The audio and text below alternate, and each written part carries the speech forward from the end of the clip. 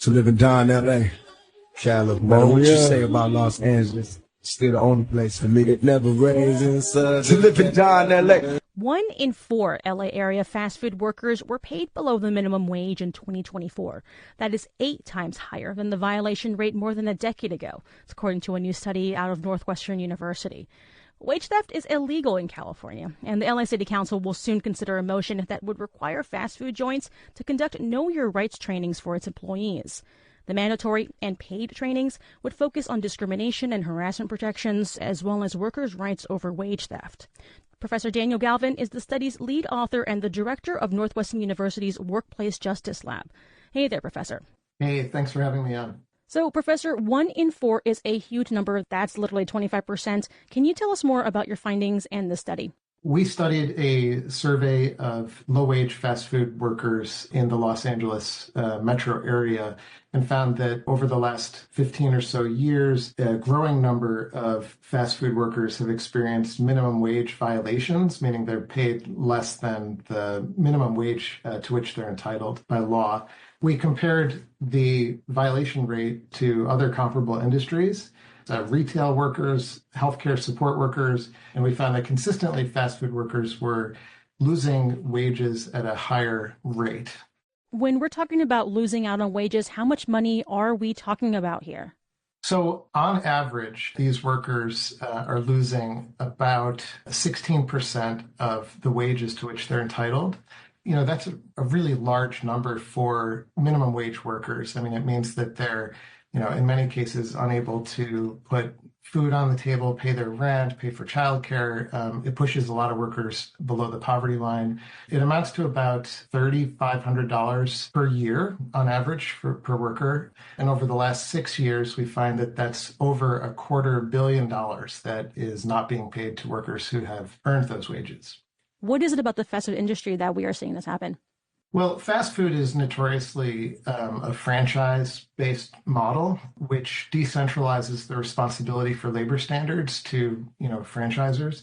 Another part is that there are unusually low rates of unionization in fast food. And also fast food workers tend to be more likely to fear, retaliation if they should complain about these forms of wage theft. And that's where this proposal from the LA City Council is coming from, right? It's all about educating the worker.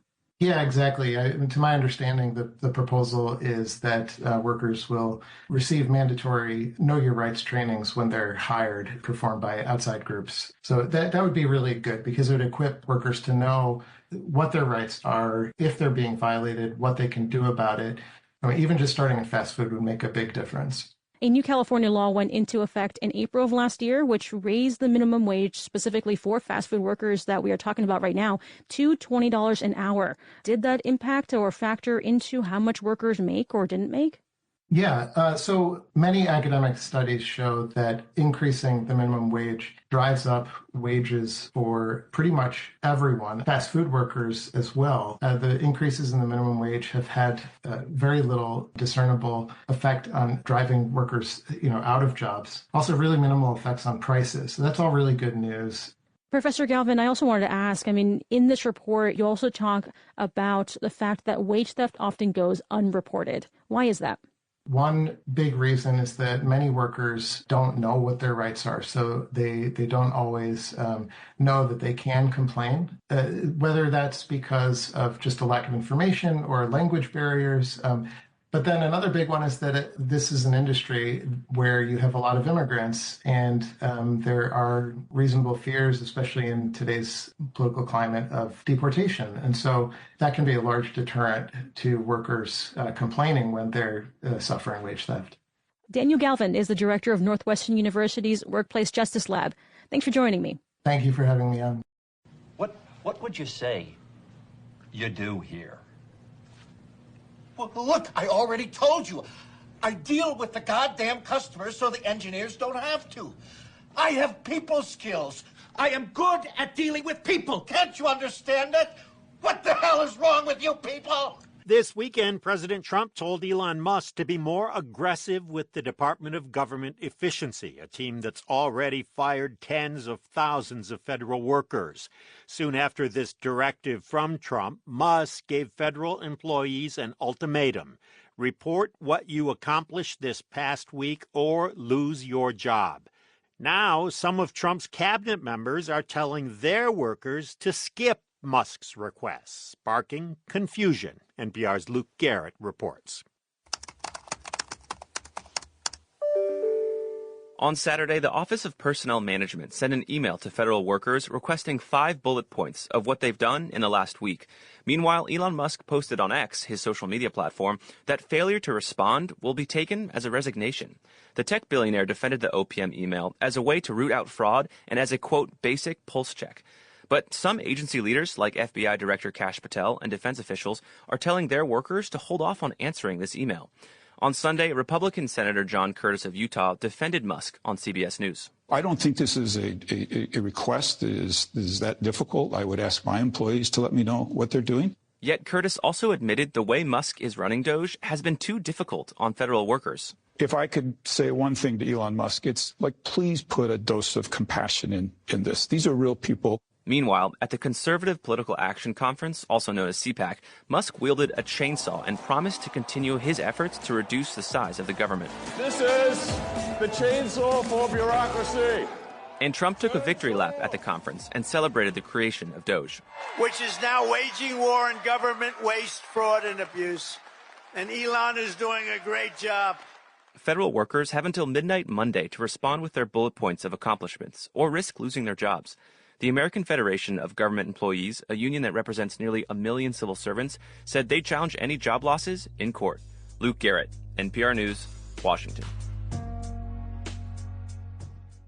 Those emails asking federal workers to explain what they did last week come after tens of thousands of their colleagues were fired hastily or lost their jobs when funding was halted. Among other impacts, workers say the firings take a real toll on their mental health. A warning to listeners, this story contains a mention of suicide. NPR's Katie Riddle reports. Telling her kids was one of the hardest parts for Nadia Chandravan. I can see the kind of worry in their faces. Her husband and their 2 kids have been living in Senegal for the last 3 years. She was working as a federal contractor, evaluating USAID health and education projects. Now that she's been furloughed, the family is in free fall. Her kids are 14 and 12. I don't want them to worry about me, but I do think it's unavoidable. And I see that they're stressed about the idea of what this is going to mean for our family. She has no job prospects, no idea where their family will go. She describes the USAID shutdown as a tsunami across the entire field. Opening up LinkedIn and literally all you see is everyone with the same message that everyone you've ever worked with, everyone you've ever connected with professionally is in the exact same situation as you and is out of a job. The ripple effects of trauma are sweeping across federal agencies, and not just for the people who have been fired. For many, it's the fear of being fired. Spiraling, anxiety-driven, heart palpitating, headache, can't breathe. This man works for a federal agency. He asked to be identified only as Joe for fear of retribution. In January, he took an approved leave of absence to help a sick family member. I was told, take care of it, do what you got to do. He was grateful to be able to support his family during a difficult time. I wouldn't change that for anything. When he opened up his computer after weeks of absence, he discovered he had missed the deadline for Elon Musk's fork-in-the-road offer to resign now and be paid through the summer. He's one of the newest members on the team. He felt he was a likely candidate to get fired anyway. He feared that he had missed his chance for any compensation. I had such an anxiety panic attack. I called the suicide hotline. Those weeks of uncertainty were debilitating. He finally got word that he may still be eligible for the offer. Now he says staying in this job would be hard. He can't live in fear of getting fired. Every time I went to open the emails, it was like knots in my stomach. Some experts say that's the risk of these kinds of unprecedented firings. Amy Edmondson studies organizational psychology at Harvard Business School. I have never seen anything that from the outside looks so random, sloppy, The impact is intimidation and fear. Edmondson says making healthy cuts at an organization takes time and thought. Engaging deeply and clearly the question of what must this organization deliver, what will it require to deliver it, and then kind of who's needed, who isn't needed. Lacking that, says Edmondson, jeopardizes something she calls team psychological safety. Workers who don't feel safe aren't very good at their jobs. In fact, that might be the administration's intention. Just before the election, ProPublica surfaced this speech from Russell Vought. He's now Trump's director of the Office for Management and Budget. We want the bureaucrats to be traumatically affected. His office did not respond to requests for comment for the story, nor did the other federal agencies mentioned. When they wake up in the morning, we want them to not want to go to work because they are increasingly viewed as the villains. He went on to say, we want to put them in trauma. For federal workers Nadia Chandravan and Joe, that has happened. Katie Riddle, NPR News. If you or someone you know may be considering suicide or is in crisis, call or text 988 to reach the Suicide and Crisis Lifeline. It's okay. See, the code doesn't say nothing against somebody going into business. That's, going into business is just going into business. That's all. If you can find a business to go into where you can make some money. I mean, there are some black people who are in business. They run in little barbecue stands or something. In the wake of George Floyd's murder in 2020, black-owned businesses across the country saw a big bump in support from consumers. But some local black-owned businesses say that support has since tapered off, which, when mixed with the impacts of COVID and inflation, has left them struggling. One of those businesses is Underground Bookstore in Chicago's Calumet Heights neighborhood. The small shop has its regulars who spend the day reading all the books their hearts desire, but it's been on the verge of closing on several occasions. Sun-Times reporter Mariah Rush and WBEZ producer Noah Jennings visited the store to hear from its 30-plus-year owner. This is Yoel Amishadai on 2020's impact. That was the time that I got calls and donations from all over. One lady out of New York sent me a check for $400. And then I got orders from a lot of other white folks who were working for companies, and they was buying multiple copies of books on racism and being anti-racist and stuff like that. Unfortunately, they didn't continue in that vein, and follow up with additional orders and stuff like that. So, I guess they got what they got. I was going through a divorce at the time in '94 when I took the store over. I ended up staying with some relatives for a little while, and then either the apartment was too small or the wife didn't want me in the house. So I ended up coming here and meeting this guy that owned the store, becoming a friend of his, and he allowed me to sweep in the back of this store. So that's how I got here. And a little to my knowledge that he was planning to leave here when he allowed me to do that. So about 2 months after I was staying here, he left. He told me on a Wednesday he was going to be out by Friday, and he packed everything up and he was out by Friday. So that left me in the back of an empty store with what to do now.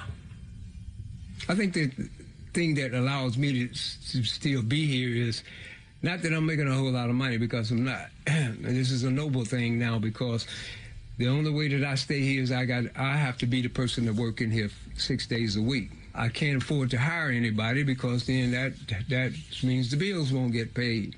Long time ago, things were better. In fact, I had 5 locations total over the years. In the beginning, I never really worried about Amazon that much. I guess its influence has become greater over the past, I'd say at least 20 years. But I really wasn't worried about those sales too much. But it's changed now, and a lot of people are opting for convenience. Uncle Jeff sends it to the doorstep, and he gets it there in 2 or 3 days sometimes, and he's faster. So that is what I think they are sacrificing, going to and supporting their own or in their own neighborhood or small mom-and-pop bookstores for convenience. See, you have to make a conscious effort to do that. or be on automatic. And they were only on conscious effort because something bad was happening.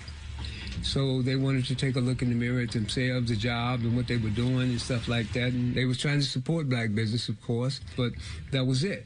And maybe they wasn't readers. They just wanted to be readers at that time and do what they could do at that time. And that lady that sent the check for $400, maybe that was just her contribution, and I guess maybe her self-accusing consciousness made her decide, okay, I'm gonna do something good. I'm gonna send one of these black bookstores a check. And she did it, and nothing after that. So, I don't know if that's how to look at that. They made an effort. I can say that they did that, but how much of an effort when you didn't do anything to follow up with? Kind of defeats the purpose if you're not going to continue to do it. That was Yoel Amishadai, owner of Underground Bookstore in the city's Calumet Heights neighborhood. I want to zoom in on one important aspect of the cuts to the federal workforce that the Trump administration is beginning to carry out, and that is the jobs themselves and the people who hold them. The federal workforce is the largest employer in the nation, and federal data shows that black Americans who have historically found greater equity in the public sector compared to the private sector will disproportionately bear the brunt of Trump's effort to gut the federal workforce. Black people are more likely to be employed by state or federal government than any other demographic. According to a Center for American Progress analysis of 2022 data from the Bureau of Labor Statistics, approximately 1 in 5 black workers are employed in the public sector. That's not just the federal government. That's at all levels of government, and that's not an accident.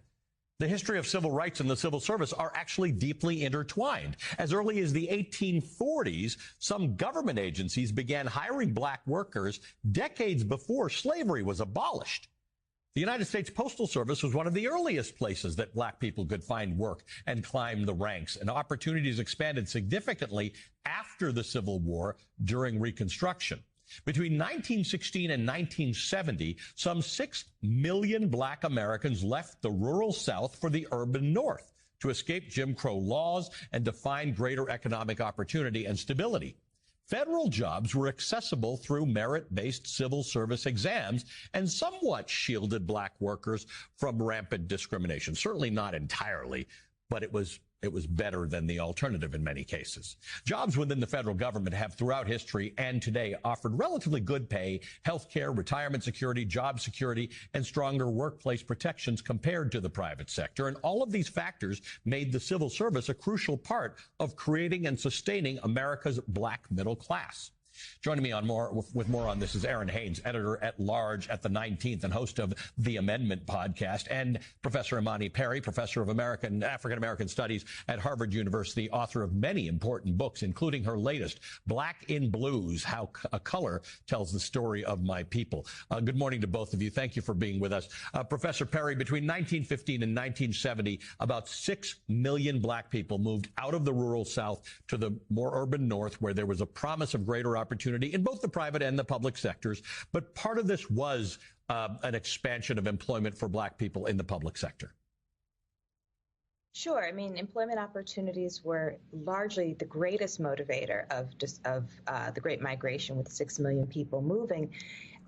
And given that there was continued discrimination even in urban centers, the relatively accessible possibilities that were secured in federal and civil service were extraordinary. And that existed even after Woodrow Wilson discriminated. He created a racial discrimination within the federal government when he entered office.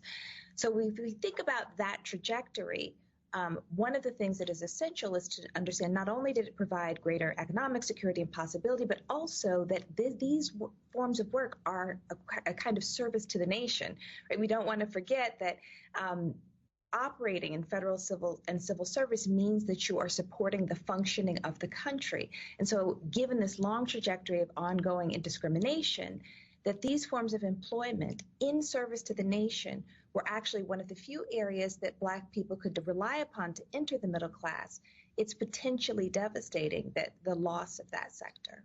And it'll affect black people disproportionately. Aaron, Imani was just talking about Woodrow Wilson. In 1913, Woodrow Wilson became the first Southerner to win the presidency since before the Civil War. And almost immediately after his election, he began a policy of segregation within the federal workforce. We saw back then the impact it had on black American workers and their prosperity. So we've got historical context for what we may see coming.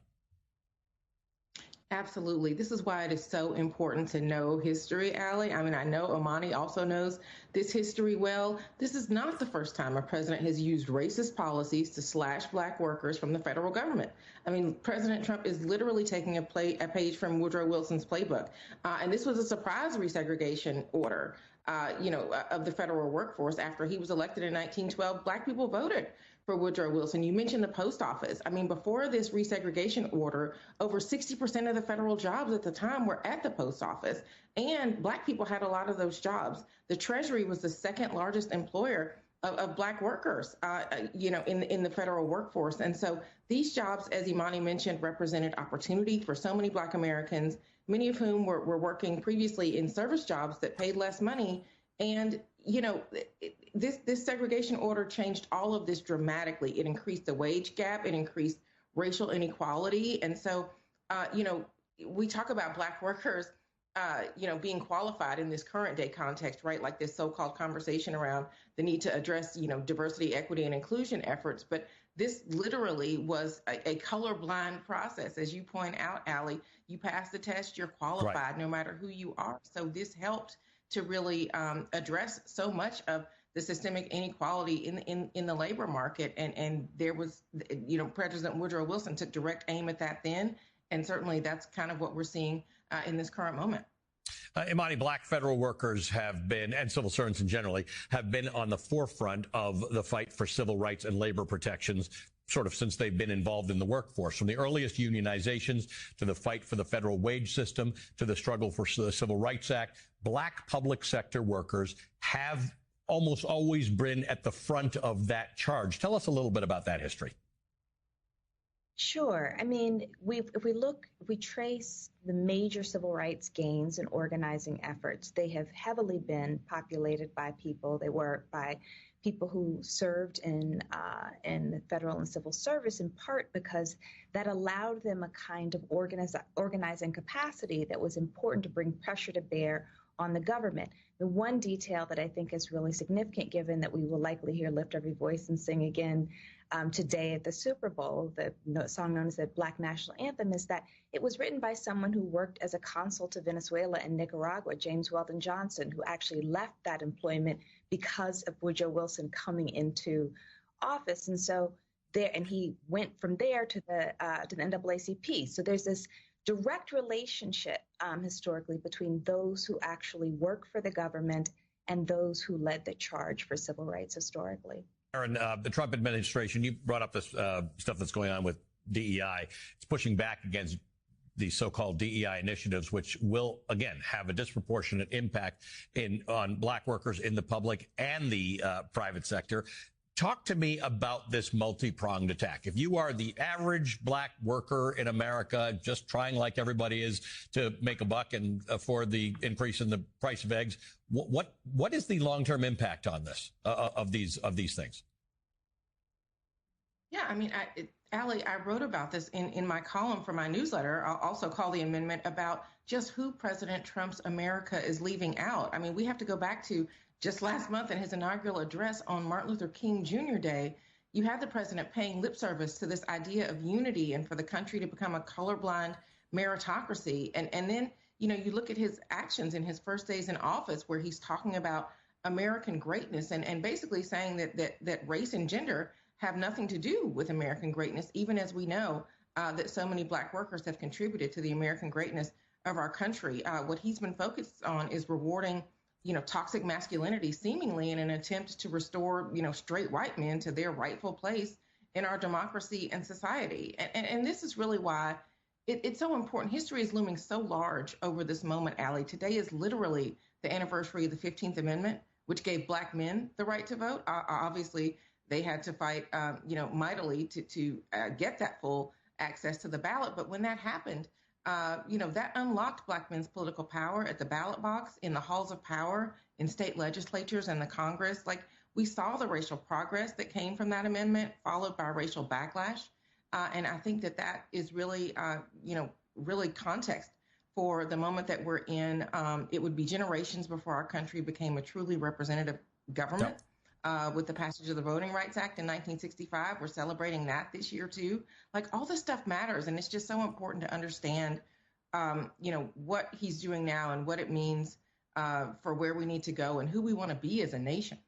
Imani, indulge the economic journalist in me for a moment. This nonsense about how America's greatness was based on anything other than until 1865 free labor, and then subsequent to 1865 for many decades, it was essentially still free labor, right? People were not enslaved, but you still ended up, the sharecropper still ended up at the end of every year with no money, until we ended up with ways to try and create fairness. That delayed wealth accumulation for Black people in America by a few hundred years, and that has not been evened out yet. So anything we do to set Black American wealth accumulation back is we're still not even at zero. We're not even at parity with Black American wealth. Yeah, that's absolutely right. I mean, I think this is what makes the conversation about meritocracy so clearly disingenuous. I think about my great aunt Avie, who joined the Women's Auxiliary Corps during World War II, as did many Black Americans, many Black women.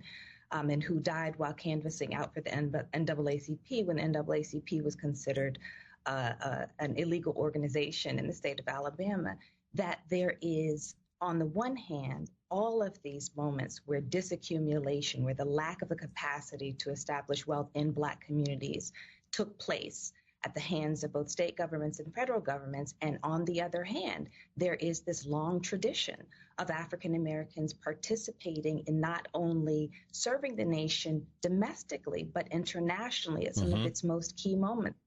The Civil War to World War II, and the Great Migration really coincided with many of these important moments. So, we want to talk about merit. We have to talk about the meritorious service that Black Americans have done to this nation, even as there are these waves of discrimination, and a particularly pernicious one coming now. There's an opportunity here, though. It's like book banning, where a whole bunch of people who didn't read those books now are suddenly reading them because they're banned. A whole bunch of people who didn't understand what you just talked about will now learn about this history and about the fact that this was never actually a meritocracy. It was always about holding people back, and now we're trying to right some of those wrongs. Thanks to both of you. What a wonderful conversation. Aaron Haynes, editor-at-large of the 19th and MSNBC political contributor. Imani Perry, professor of African American Studies at Harvard University, author of the brand new book, Black in Blues, How a Color Tells the Story of My People. Who is it that is confused about this being a meritocracy, so-called, whatever that means? Who is it that's ignorant about all that? Neutralizing Workplace Racism back on our regular day, Thursday, where it started. Gus T. Renegade, worthless Negro from Virginia, in for another broadcast, hopefully to share constructive information on the system of white supremacy. Today's date, Thursday, February 27, Negro History Month, still 2025, so I have been told. This broadcast not for spectators. In fact, I have to pause just for what I just said, and it's workplace racism related. So today is February 27. Yes. Gus T. on location, specifically on location at the Hans Rosling Center for Population Health. Say that again. Gus T. at the Hans Rosling Center for Population Health. Why are you there, Gus T? Because Bharat Venkat, non-white male, victim of white supremacy, professor at UCLA, like the O'Bannon brothers and Kareem Abdul-Jabbar. Yes, like the O'Bannon brothers and Kareem Abdul-Jabbar. He was here to talk about racism, white supremacy, climate change and inequality. What? I was stymied, but what caught my attention was UCLA.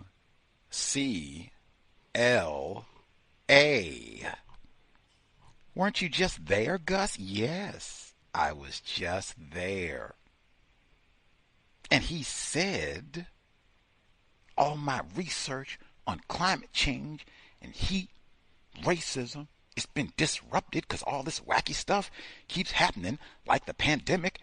And then we had the wildfires in LA. Didn't I just tell you I was down in LA? And I said, ooh, if I had to come back, hopefully not, I would stay on the west side of town, stay next to UCLA, do some research, go to Santa Monica, go to Malibu, and bang, UCLA had to evacuate, close down the campus for the wildfires. Ugh. Anyway, his conversation, fascinating, although he didn't say racism, he said race. And you could tell the non-white people, when they come in, it was like all white. You could tell this talk had nothing to do with Negro History Month, I hope. Nothing. Even though they brought up medical apartheid and white people doing experiments on Negroes at Johns Hopkins. Ain't we read about that before? Can I pour some out for Henrietta Lacks? Black History Month. Can we get some for Henrietta Lacks? Medical apartheid. It was almost all white people at this talk. Whole room full, ain't have nothing to do with Negro History Month. Nothing. He got to the workplace. That's why I brought this up. He said, labor. He said, in the future, on a warming planet, he said, you're going to have folks, regardless whether it's go out there and get those strawberries, whether it's go out there on that Amazon truck and bring that mattress in, regardless, in the future, that's not going to be possible at times because it's too hot. They said insurance companies are already having to think about this to insure workers. And he even started this with a slave comparison. He said, now you can think about the insurance industry. They have a much easier time insuring property as opposed to people like old Leroy the slave. That's how the insurance industry started. But he's not insured as a person.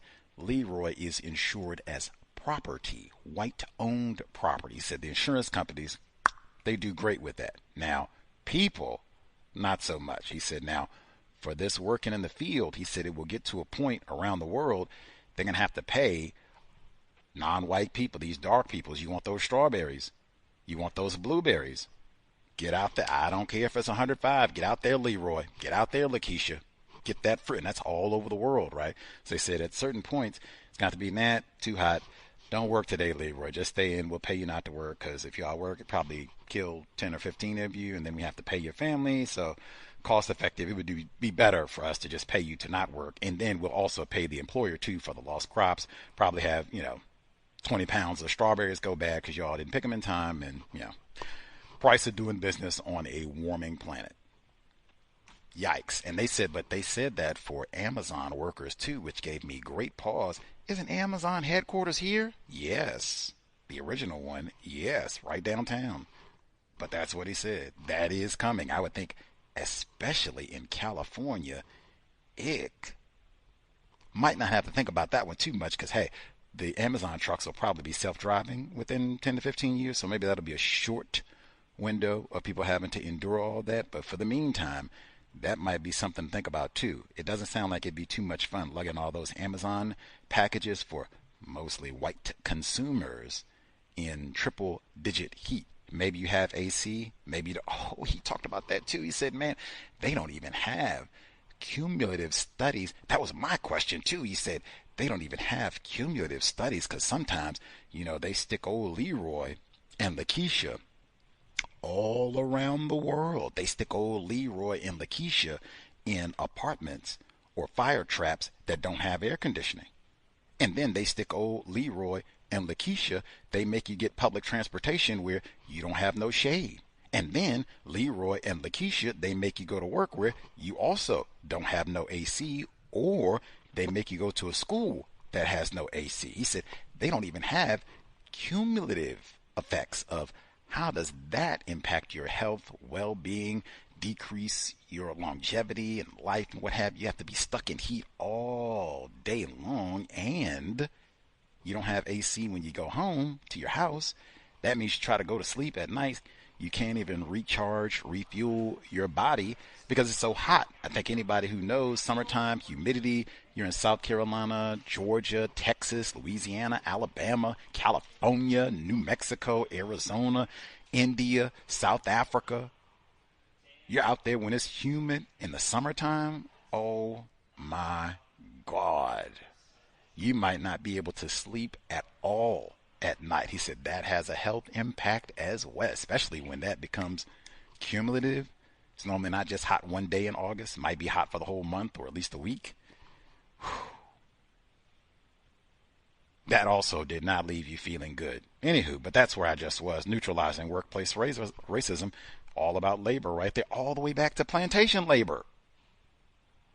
Anywho, the other point I wanted to include before we get to the specific news topics and then folks dial in all that. Neely Fuller Jr. Robust gratitude, all of his decades of dedication to solving the problem. He spent so much time talking about labor specifically and specific suggestions for things that we can do, minimize problems on the job. I mean, we need oodles of that. Bravo, Mr. Fuller. He used to talk pretty often about the fact that he, federal employee, someone who might be, I'm going to have to sell a billion more of these books because, man, I might not have a job. Like, for reals, federal employee, Mr. Fuller.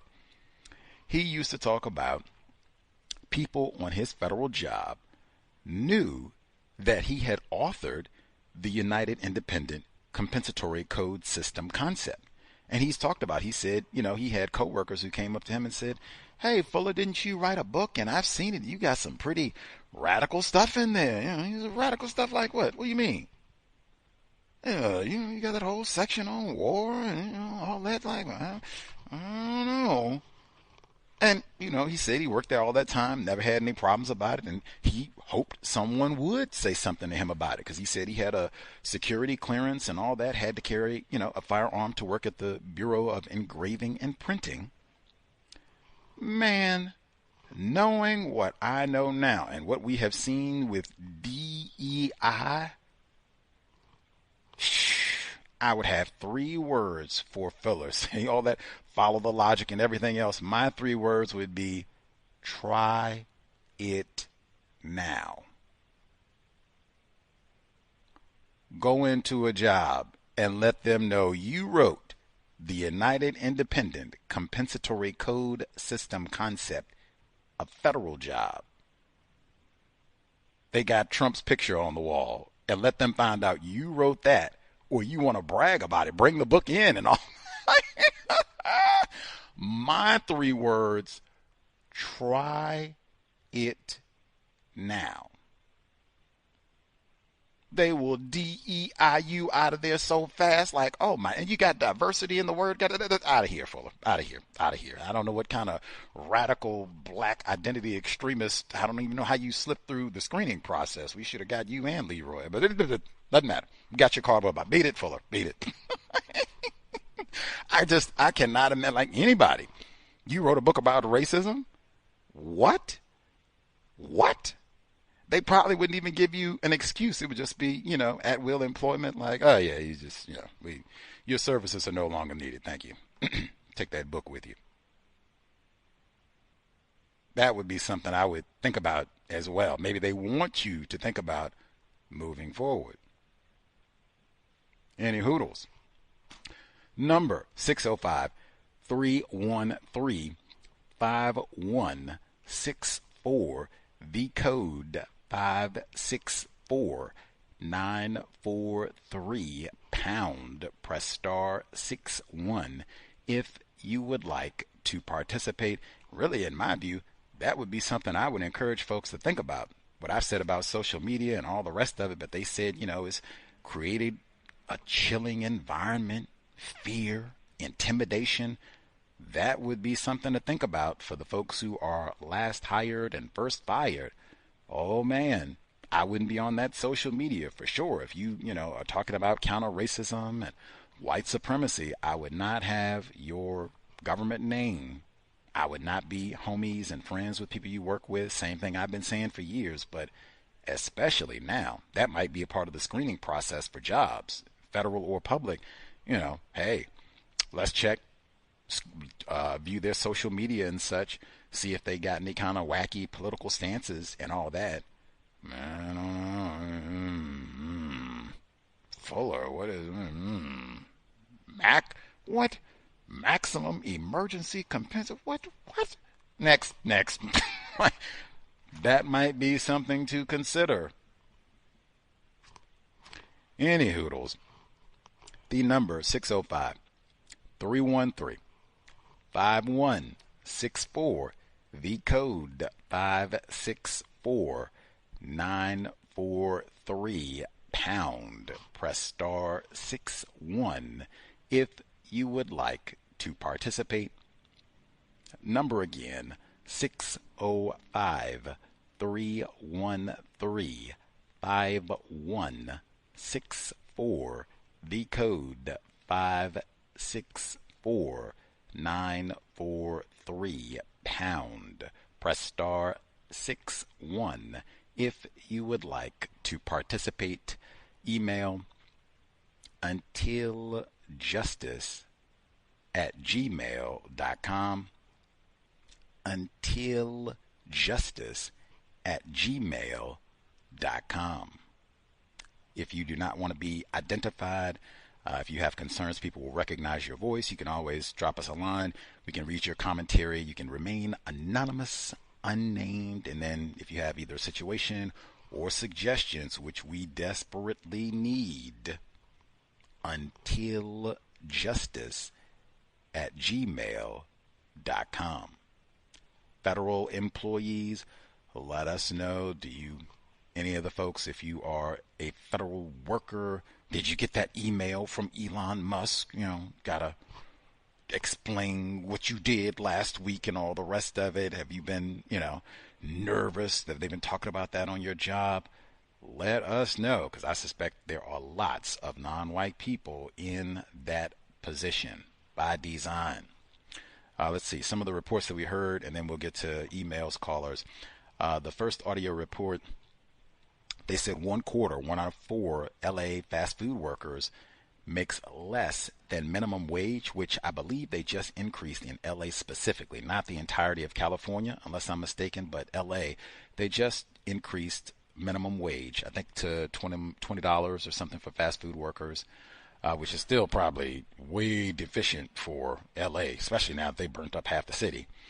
But they said that 1 in 4, they don't even make minimum wage. And then remembering, too, that they said the overwhelming majority, I think it was in the neighborhood of 80% of the fast food workers in LA, and it might have even been California in total, are non-white. It's like they don't even really have white people that work at Whataburger, McDonald's, Jack in the Box. Only non-white people are supposed to be working there getting your tacos and tater tots together in Cali. And that is often one of those jobs, we talked about it before, when they have those heat waves or even just regular California weather, 100 degrees, 99, humid, especially in LA, Southern Cal. You work food truck, fast food work, maybe you have AC, maybe you don't. We talked about some of those folks back there working over all that heat, stove and fryers and everything, and they don't even have AC. Jesus, it might be 110, 120, 130 degrees. And then that fella just talked about that from UCLA at the top. Like, oof, cumulative effect. You work in that environment for 8, 9, 10 hours a day, 4 or 5 days a week. Then you go home and don't have AC either, which is very likely in LA. To live and die in LA. let's see. At least you get to watch Bron James while you make the hot dogs or whatever. Let's see. They talked about the layoffs, and they said what I just said, causing fear, intimidation, chilling effect across the industry. And this is across the U.S., not just, one specific field, widespread.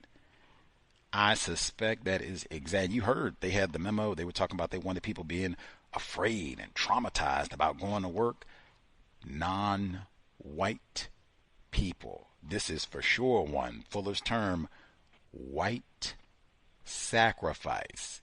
You for sure. You see white people out there nervous. Oh my goodness, I've been biting my nails and they're going to let us go. Or they did let us go. Some of them got, rehired or whatever the case may be. But man, if you see white people behaving like that, what's the tacky metaphor that they have? White people catch a cold, black people get pneumonia and COVID-52. You can imagine right now, particularly given the report about the high number of black people who are federal employees, and they got to my favorite. They didn't even get Fuller and the Bureau of Engraving and Printing. They got the post office. That's when they've been, like I said, Donald Trump back to his first administration. For years, they've been complaining about the post office. And a lot of that, not all, but a lot of that is one place where a lot of Negroes over many, many decades, at least I can go get a job at the post office. At least then, in fact, we even had folks who said during COVID, they saw a turnover, at least in their jurisdiction, where the postal carriers used to be mostly white. COVID hit, 2020, started to be a lot of black people. Seemed, a number of white people didn't want that job where you have all that close contact with folks and it might be risky and, although I'm going to go get somewhere I can work from home, hybrid schedule type thing. That would be, I think we had talked about that last week, and people thinking previously federal employment might be stable, afford me the same opportunity as a Fuller, where I can be stable, have the same job for 30 years, retire, pension, all that, benefits, all that good stuff. Not so fast. And again, exactly by design. Fuller talked about that all the time. You can't really think well, especially think on a grand scale, make big plans, and what we're going to do for the next 20 years, next 50 years. It's really difficult. To the fella today, he said he was having a difficult time completing his book on racism, climate change, heat, all that, warming planet, because of the disruptions. You get all those disruptions, especially, am I even going to be employed? Am I going to have a job next week? Boy, it is hard to think at all. I mean, that's just constant anxiety. Particularly, like Fuller said, white people do not get fired. They get fired. You saw that with COVID. Vaccine, you don't tell me what to do, whatever. Well, you're going to get fired. Well, do what you do. And now you see all these years later, that was one of the first things President Trump did. All of those white people, federal employees who said, I'm not going to get the vaccine and all that, they got reinstated, they got back pay and everything. In the midst of them doing all this firing, they went back and got those white defiant employees. Okay. Totally different impact for people classified as white, people classified as not white. And you heard now, that was audio from NPR, but they had someone that I suspect might be a white person. I'm not sure because they didn't have visuals, but he was talking about he had so much anxiety around all this. He was thinking about suicide. I can certainly understand that for lots of non-white people who have a much more difficult time getting employment, keeping employment, and you have a lot of situations, people classified as white, everybody there is a wage earner, and a high wage earner at that. You have a lot more situations with black people where it might be one person in the household, or maybe even in the whole immediate family, has that good, high-paying federal government job, and everybody else is at Jack in the Box, not even making minimum wage, what I just said. man, that can stress not just one person, but a whole family unit. Attempted. Yikes. What are we going to do? Benefits and not dental cover? Oh, man. Let's see. The more to come on the federal employment, because there were multiple clips there. That segment about the black bookstore in Chicago. I feel like I've heard that before, experienced it personally, but wow. Even pause, because I just, this past Saturday, compensatory call-in, just said, we do not read. Even those of us who say we're attempted counter-racists and inspired by Mr. Fuller, a lot of us haven't even read Fuller's book, which has been published for almost 50 years, much less any of the newer books. And he said it in the report. We don't read. True. Very true. In fact, I would even have to, at this juncture and for a long time, like, is it feasible if you are classified as black in this part of the world to even open a bookstore? I mean, really? Man, because I have heard that story over and over and over all across the so-called country. Black bookstores struggling. Fuller's talked about it for decades. Black bookstores that sold his book, that invited him to come and do lectures and everything and book signings and all that great stuff, struggling. He said that is about what you would expect in the system of white supremacy racism. Of course, Amazon can, oh my God, they got drones. They can deliver. What are you talking about? In 2 days? They could deliver it today. 24 hours. Like, what are you talking about? Jeff Bezos, we got it hooked up. And they hate. Sabotage. I don't see no successful Negro bookstore. Like, you got to be joking.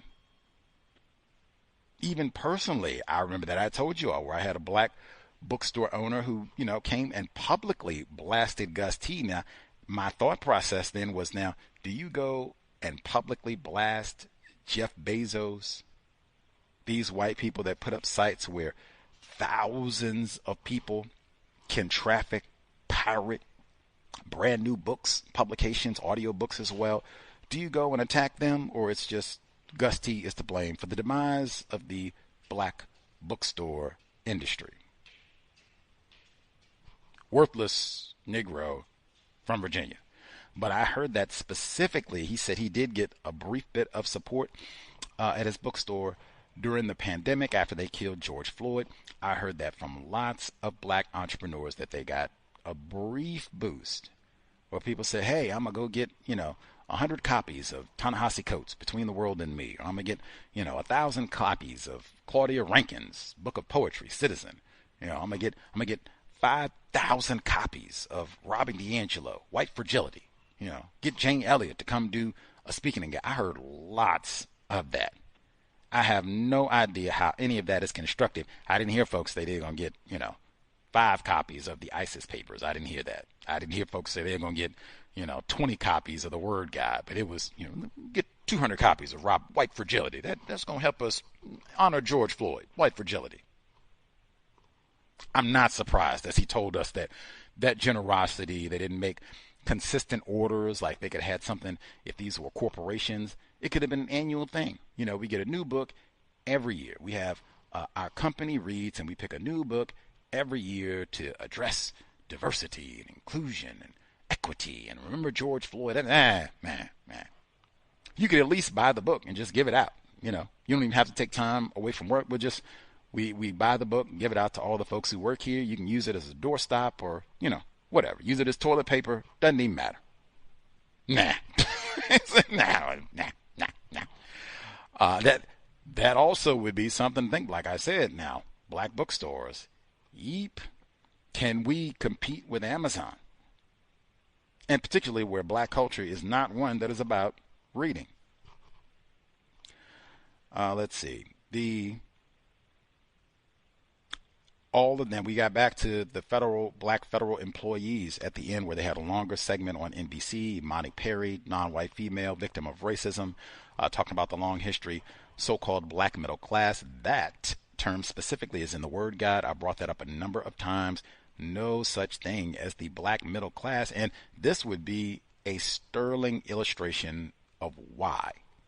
There's no such thing as a black middle class. As long as we are in a system of white supremacy racism, whether you have $1 billion, $1 million, $1, white people can come take it all back whenever they want to. They put their picture and their names on it, the Benjis, all that. We still waiting on those Tubmans. Didn't that was like Obama when he was in office, right? And they said they were going to do the $20 bills. It's been almost a decade. I ain't seen nary a Tubman. That notwithstanding, there is no such thing as a black middle class or non-white middle class in a system of racism. You just have a system of white supremacy, non-white people who are subject to it. You have a lot of money, put it aside, save as much as you can. Let's be frugal with our nickels because, hey, federal job or no, you can be out of here tomorrow. And it's been lots of black people. Really, at this point, we should all know that. We should all be very aware. And at minimum, if more non-white people, if we could just make that effort. I know it's not fun. The same thing I say about participating live in Neutralizing Workplace Racism, even writing in. I know it's not fun. Who wants to write in to talk about, yep, another day, I don't know, I'm going to lose my housing, lose my job, can't pay my car note. Man, who wants to write about that? Who wants to talk to their offspring about that? That is the system of white supremacy racism. And just being honest about that, I think that is so much more important. And even before it gets to this point, because I mean, really, this was the case even before we got to President Trump. This being, we could have been thrown out of here in 5 minutes under Biden's watch, Obama's watch, Bush the second time around, like whatever. We're still on the plantation. And just having an honest understanding of that, honest with ourselves first and foremost, and then the people, our immediate care circle, if you got a care mate, offspring, whatever it is, being honest with them.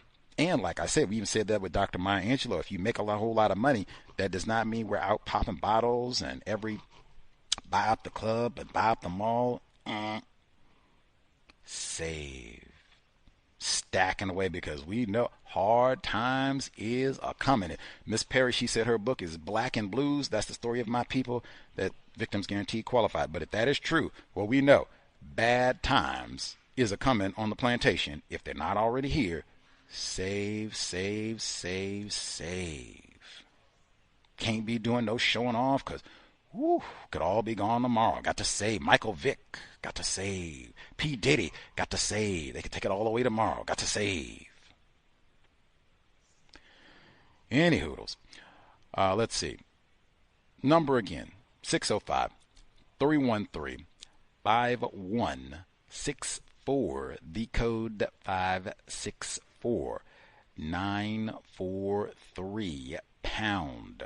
Press star 61 if you would like to participate with the federal workers specifically. They have had a lot of great reports. I've been trying to share these as well about the impact of all these federal cuts to the federal workforce on black workers specifically. This is one I posted a lot on social media, but this is one I'll just share quickly from Black Enterprise. Black middle class, that term again, built by federal labor under threat amid budget cuts. And it reads, for decades, federal employment has provided the black middle class with stability and a path to building wealth. Now, sweeping federal budget cuts threaten this key avenue for economic ascent. Federal employment has long provided black Americans with stable, well-paying jobs that help alleviate racial bias and discrimination while offering pathways for professional financial growth, with nearly 20% of federal workers identifying as black. According to an OPM report, many black federal workers have used government jobs to rise out of poverty and enter the middle class, whatever that means. But I mean, and it is even high for some like the Department of Education. It's even higher. I think it talks in this report that 30%. Yep, right there. As part of his agenda, President Trump is pushing to shut down the Department of Education, a decision that could have widespread consequences nationwide and deeply impact the black community. No such thing. Who make up nearly 30% of its workforce, according to a 2024 department report. That alone is staggering. That alone would be something I would point at and say, yes, that might be reason enough. 30% of the Department of Education, Negroes, let's trash it all. You're going to have white sacrifice, but the white people who work here, and probably be even better than that because it might even be more than 30%, people classified as black, and then non-white people are there too. So, I mean, that is a massive chunk of non-white people, and not to mention all the students that get disrupted and non-white students that get disrupted with all that. The white educated, no problem. We got y'all. Don't worry about it. Negroes. We don't even let no young academic Negro males in here to begin with. What are you going to do? We ain't even got no more Department of Education. What you think you gonna do now? Leroy, Lakeisha, Hope Hardy's is accepting applications, man. They had, like I said, they had so many, because they were talking about, I guess, with federal jobs that a lot of people would think of, like Washington, D.C., and that's where Fuller, Bureau of Engraving and Printing, with people would think, oh, yeah, that's, no, man. Well, yes, that is one location, but across the so-called U.S., you have federal employees. They had a different report. This is talking about Atlanta, Georgia. Black journalist Chauncey Alcorn, my back is against the wall. It already was. Atlanta's black federal workers reeling from layoffs. I'll just read a snippet. Some of Atlanta's federal-based government workers who were recently laid off due to cost-saving efforts by the Trump administration and the Elon Musk-led Department of Government Efficiency had questions for their union leader on Thursday that she couldn't answer. IT specialist Ryan Melton, privileged black male, was one of nearly 600 laid-off Centers for Disease Control and Prevention employees who participated in a Thursday night Microsoft Team Q&A session with local leaders of the American Federation of Government Employees. Melton is a self-described U.S. Army veteran, like Mr. Fuller, who was still in the one-year probationary period of his employment at the CDC when he was informed of his termination last week. He said he hasn't taken a day off since starting at the CDC roughly 8 months ago. I'm sure that is wonderful for your health. He wanted to know if he will receive payment for the PTO days he accrued. Melton said he needs it to help pay for the new house he can no longer afford. I don't know what I'm going to do, he said during the virtual call.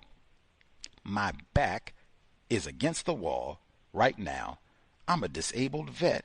Yeah, but that money don't go that long with interest rates and housing prices are as high as they are.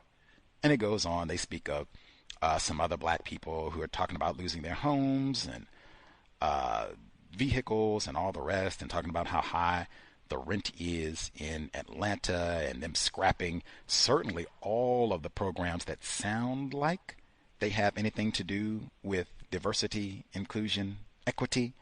It said some of the federal employees fighting to keep their jobs have been scrubbing their LinkedIn profiles of any mention of DEI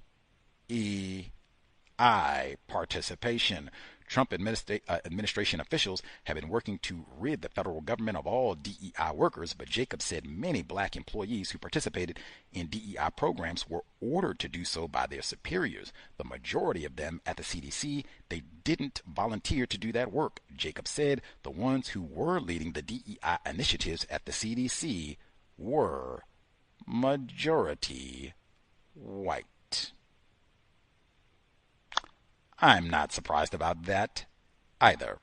and again, this is the CDC. That's not the only federal employer in the Atlanta area. They have Federal Reserve there, and I mean, Social Security. It just goes on and on and on. I mean, Atlanta's the capital city of Georgia, so I mean that is a very important city, and there are lots of major resources there, and it has pretty large population of people too. So, and large population of black people in that city. So I am not surprised at all that would have a massive impact on just hordes. They took the 600 people at the CDC alone.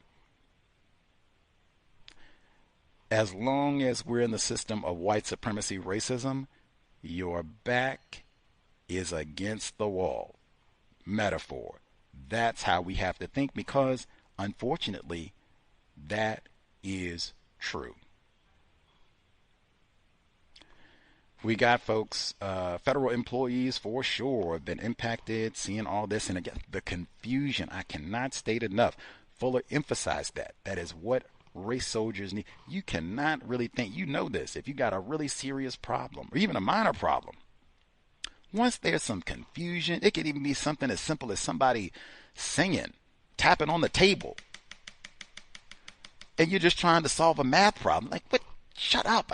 Shut up. I can't think. Shut up. And then you go and get to it quickly. When you don't know, am I going to be employed tomorrow? You can be up all night long for days and days. You think I'm going to have a job tomorrow? Think I'm going to have a job Monday?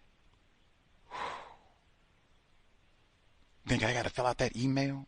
What we going to do? What we did at work last night? What do I put on the email if I was on vacation? It's hard to think clearly, logically about anything under those circumstances. And if you can do this and disrupt tens of thousands of black people, probably hundreds of thousands of non-white people in total, all in one swoop, let's make it happen.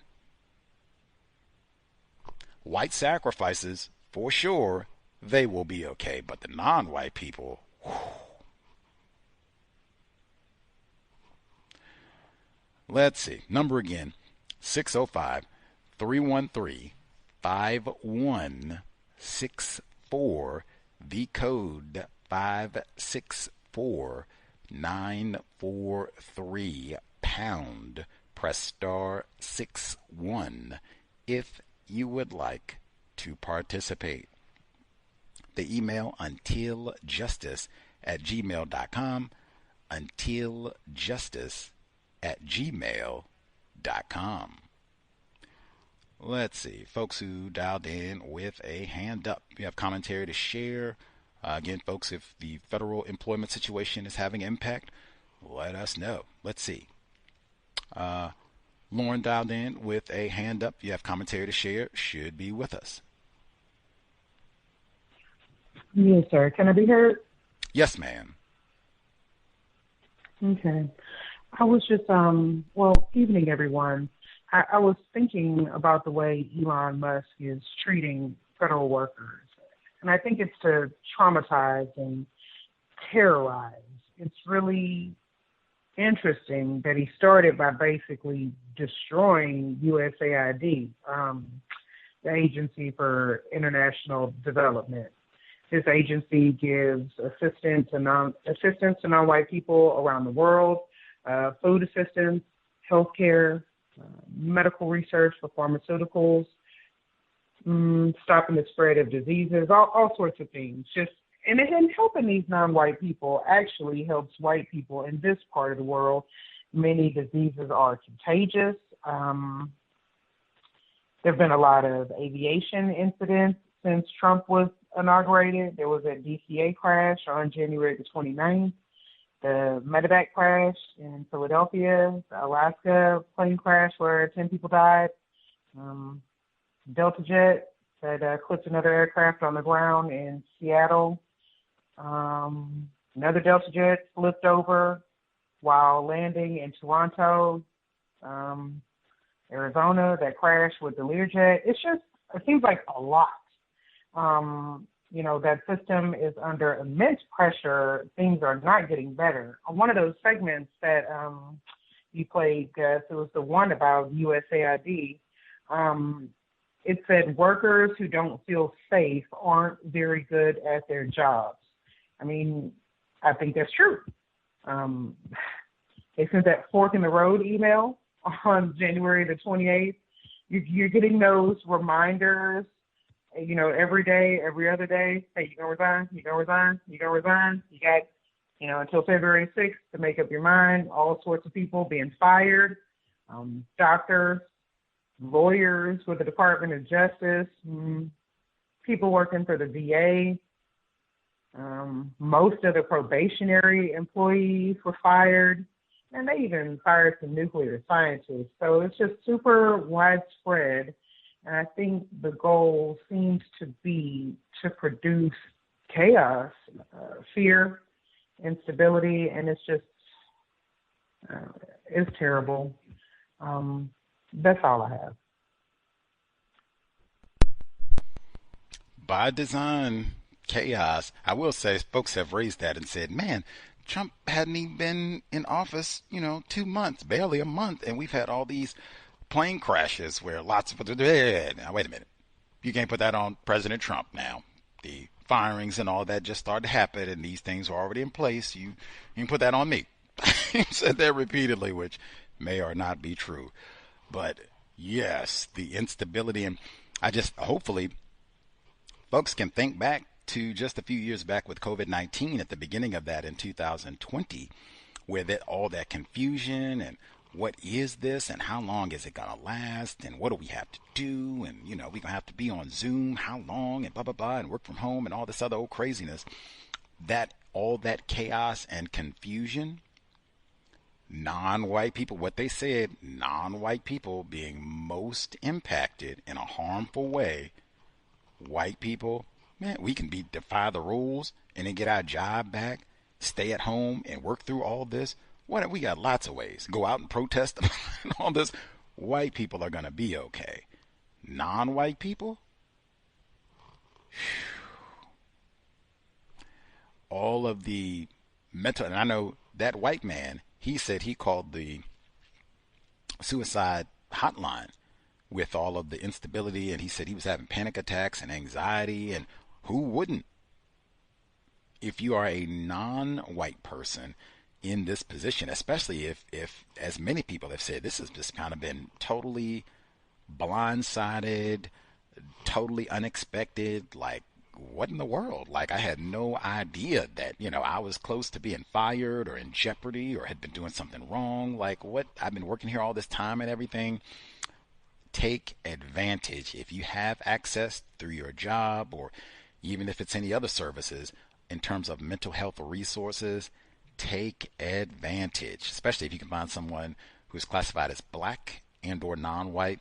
Take advantage. It might even be a situation where if you have enough non-white people in your region, or even if it's online, because you can use Zoom and all the technology, but having folks where you can talk to, hey, I'm feeling stressed, having difficulty sleeping, talking about the work situation, it might be helpful. Just having, one person, 2 people, certainly you can call in right in here to talk to, but that is not a situation. And because there's so many people going through this situation, that also I think can be a little bit helpful so that you're not siloed and just thinking, oh my gosh, and me, and I'm going through this and this is terrible, which it is. But the fact that this is so widespread, you did not do anything, which is generally the case, system of white supremacy, where non-white people sit on the job all the time. We're trying to do the best that we can, make a little bit of money, get a promotion, all of that. Racists are dedicated to practicing white supremacy. So this would be that sort of situation. I did not do anything. This is nothing warranted. Deserve it. White people do what they do. I shouldn't feel bad about it, even though, hey, it is a lot easier said than done. I shouldn't take it personally in all of this, but man, what? My career, especially if you worked education and had to close the Department of Education, like, wow. I mean, But I would use all of the mental health resources that you have at your disposal, communicating with us as well, and then finding people in your personal circle that you can talk to. Do not let yourself get isolated and just be not sleeping or not eating correctly and feeling bad, taking it personally if you're in a state of anxiety about what's happening with all this or being personally impacted. Let's see. Other folks who dialed in, *61 if you're on the line. I'll check some of our emails as well. Let's see. We'll nab one of our emails. See if other folks who are with us, you can always write in. We have federal employees. Let's see. Email number 1. Hi, Gus and Cal's audience. 1. Right-wing Ashley shall henceforth be known as arrogant and ineffectual Ashley, or AI Ashley for short, as her intelligence is for sure artificial. But she's definitely a racist suspect, and she doesn't fall short in her practice of racism, white supremacy. We don't ever get the incompetent about racist. We don't. 2. She had claimed her mental health was undermined after Zoe gave her negative feedback in her previous performance appraisal. This is also her excuse for all the mistakes she's currently making, but apparently she's in a much better headspace. 3. So much so, she's trying her luck with me. I reported that she had undermined Zoe by sending 2 versions of a paper to senior managers because she didn't agree with the feedback she was given and felt her draft was better than Zoe's. When challenged, she claimed her version was sent accidentally. Lies roll off her tongue very easily, as is the case with most white people. 4. I've been working with AI Ashley to get a report done. Harry had received an earlier version and asked for it to be redrafted as the legal elements were too complicated to follow for anyone who doesn't have a technical background. I sent it back to her several times to improve, and I ended up editing a section and asking her to follow the structure for the rest of the paper. She still managed to make mistakes because of her poor attitude and laziness, including getting the legal advice wrong. I mean, it would seem like they don't just let you go be a lawyer like right out of high school. I don't think anywhere in the world. I haven't traveled everywhere, but I don't think you can just, 18 years old and I finished up at high school or whatever they call it other places, and bang, I'm going to go and, get to lawyering and get at that judge. I think they generally, you have to go to school for like some years, law school and all the rest of it. It's not a quick thing to go be a lawyer. Even if you go to like a lame law school, it still takes quite a bit of time. And you're supposed to have like technical proficiency. That would seem like something where you're supposed to be precise, not just, slapdash things down in a haphazard manner. I mean, and again, this is another one I just rely on. I'm offloading. See, I rely on the Negra. We ain't had time. Just get it done. That old Ashley, their headspace is wrong and this, and she's still quarreling with Zoe. Just, get it done for her. That type of thing where, nigga gal will do it. Number 5. This is 4 continuing. I asked her to send the updated draft of the report to Harry and request his sign-off so we could send it to the senior managers. I also told her to send it to the lawyers at the same time as they asked to see our reports, as they flagged that she had not included their advice in a previous draft of the paper. They also do not trust her and consequently are questioning my competence. Oh, that is the worst. What in the world?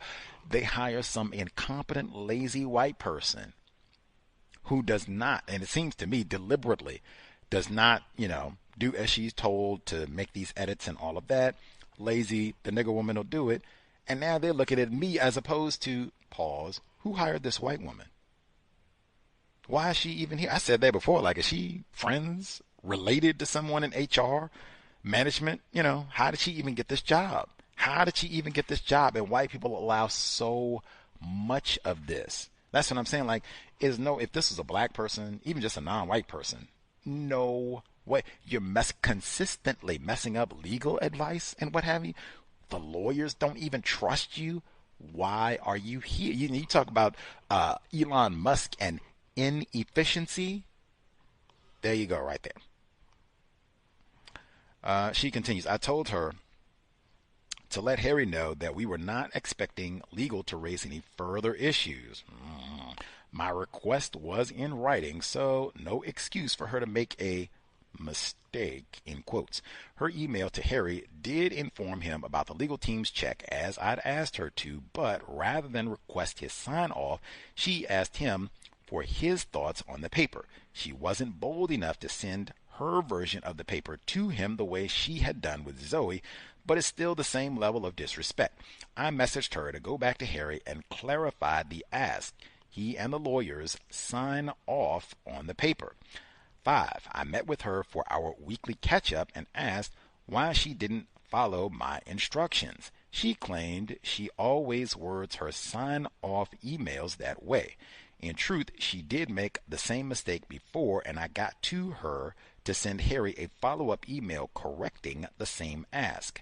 At the same time, I put it down to ineptness rather than disrespect.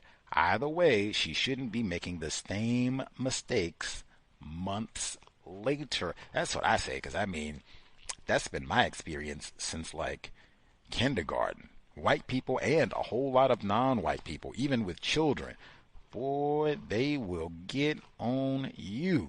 You come in there and I have to keep telling you, oh, how many times I tell you to turn that light off, Leroy? How many times? Do you want to live to see 7, Leroy? I will go and leave it on again. Leave the light on again. That's been my experience. Like, oh man, I'm going to tell you one time, and especially once you get to be grown, Jesus Christ, one time. One time. It shouldn't be. That's the sort of thing that comes up when they have performance evaluations. Like, oh my God, does not follow directions, has to be told things more than one time. We don't even trust you. How did you get this job, really? Let's see. Shouldn't have to be mixing. I told her how she needs to structure these requests in the future, as she claimed she didn't know there was a set format. I didn't believe her, but didn't have any proof she was lying. 6. I spoke with Shauna about it, who confirmed AI Ashley is lying because she gets copied into the emails on projects that I'm not involved in, which are worded correctly. Shauna also agreed that AI Ashley was being disrespectful and undermining time and energy. I cannot stress that enough. So many components of white. It's so. All of this with the federal government and all these cuts is allegedly in the name of efficiency. We got government glut and waste. And we're going to save taxpayers, white people, money, and get rid of all these folks who, are lazy and shiftless and not doing their job and whatever. Nobody is more efficient, racist man, racist woman, sitting around on the plantation watching niggers is pretty inefficient. Once you get into all these shiftless and lazy white people, and I mean, you got oceans and generations of that, get hired on some cronyism and all that. Oh my God. What is more inefficient than that? You shouldn't even be here. You don't even do anything. Walk around and drink coffee all day long. Tell racist jokes. Why are you here? And earn a bigger salary than all the niggers here who work double time. That has been whole centuries of the system of white supremacy. And then they'll come and tell you efficiency. Come on, man. Come on. Wasting non-white people's time and energy in particular. This nigger woman, especially when they find you're supposed to be in charge, like you're supposed to be a supervisor, or even if you all are so-called peers, but you have expertise, right? You're supposed to be kind of guiding them or training them. Oh my God. Wasting your time and energy. And some of it is just defiant. They tell you, like she's being instructed on how to write these reports in a correct manner, how to include the legal jargon so it can be easily understood. You don't tell me what to do. I'm going to do it my way. Or, like I said, you do it. Because I've seen that a whole lot of times, too, where they'll just say, oh, the white person can't get it, or they're stressed, or whatever. You do it. Same, wasting time, energy, like you don't have other tasks to do. You don't get paid for it. Same thing I said before. Why is the white person here if you're just going to pawn all your work on me? She continues, 7, yesterday morning, I'd asked AI Ashley to draft a different email that would need to be sent by the end of the business day. I'm not going to do it. The email didn't need to be too long, and I told her what it should cover. 4 p.m. today, an hour before the end of business, she sends a very poorly drafted email for my approval. See there? That willful, the time and energy, the sabotage, I might even suspect, hazard. She knows this is reflecting poorly on you, which he said earlier in the email that the white people said, this nigga woman doesn't know what she's doing. You don't know how to supervise these white people. Get this gal, Ashley, to behave and write these reports correctly. Maybe you're not supervisor material after all. She probably even knows that. Like, I'm not going to help this nigga woman shine, thinking that you've been helping me and all that. I'm just telling that nigga woman didn't train me right. She didn't even tell me how to write it correctly. Lie. She says, she sends it at 4. Wait till the last minute. Okay. And very poor, I might add. She says, I sent it back to her 4 times. 4 times. That's the sort of thing where I would be fired. That's what I said before. Like, people do not, non-white people. My mother, miss you, mommy, but my mom, I have to tell you 4 times. Really, I had to tell you 3 times. 2 times, especially like I said, once you're grown, like this is not a 7-year-old. I gotta tell you 4 times. Why are you here? Oh, to practice racism. I got it. Got it. Forgotten. Let's see. 4 times to improve. I refuse to write it myself. I love it. After the 4th request, she emailed me back to ask if she could get the updated draft to me tomorrow morning. Are you out of your flipping mind? I asked if she was leaving work. It was 4:25. I thought the workday is until 5. Like, wait a minute. You like, wait a minute. You cannot tell me you're going to be shiftless and take all day. She said this is not like no 50-page report. You're going to take all day long to put some haphazard, I'm barely literate report together, and then I'm dipping late? I'm leaving early? Yeah, I know we're supposed to be here till 5, but I'm trying to catch the game. They got that happy hour special early. They got these wings on there at 4. Yeah, I got to go. We can get this tomorrow. We can get this tomorrow. I got it. Like, what? Let's see. She's going to leave early.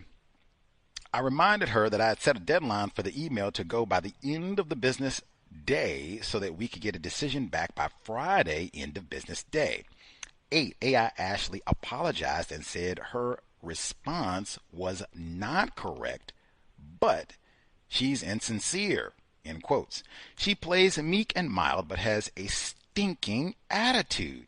She's definitely offloading her work, and the quality of what she does produce is very poor, yet she's delusional about her abilities. I've seen that often, like I said, that white people willfully doing poor quality work because they know they'll just make the Negro do it. In fact, if I do enough of this, they'll just stop assigning it to me and they'll just give it to the niggers immediately, and then I'll still get credit. Let's see. 9. She provided Zoe and I with her proposed learning and development plan. It didn't include writing skills or training for other areas where she's underperforming because she thinks she's great. And she thinks I'm going to get that nigger to do it. 10. I'm paid to support her, but I shall not support her to be good at the things that I need her to produce.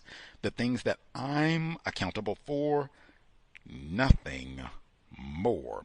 I think that is excellent as well, because like I said, most of the time, that's what happens. When they get these Ashleys and incompetent white people, or the racist white people, it might be that she's a genius and she does know how to do all this, and she's just being willfully racist, like Fuller said. And because the young lady who wrote this, she has a non-white supervisor as well, Shauna, that she's told her about, black supervisor. So Fuller has said this for years. You have situations, and it's going to be increasingly more of these, where you have non-white people who are in charge, especially if they are classified as black. White people, I don't even have an interest in being here. What is this the planet of the apes? No, I don't care about you, no Obama. I'm not going to be helping you look good, Michelle Obama. As a matter of fact, I'm going to be sitting around here calling you Michael. Because she's not a female. That's, the system of white supremacy. So she might not even be dumb. It might not even be that she needs this remedial plan or hand holding or whatever they call it. She might be total genius. I'm just practicing racism. No, I'm not going to do it. And in fact, my goal, I'm going to make that nigger do it. And then still get credit for the work. Like we collaborated on the project type of a thing. 11. P.S. I previously wrote that A.I. Ashley's fascination with Lionel Richie, with Lionel Richie, and has sent a t-shirt with his face on it. It's her only Lionel Richie t-shirt, and she wears it to bed and out and about, which says something. I don't know anymore. I don't know anyone else that wears their bed clothes outside. She's also the only person in her family who is apparently fascinated with Mr. Richie, which is interesting as she only turned 25 in December. For those who, Lionel Richie is, I think he's in his 70s.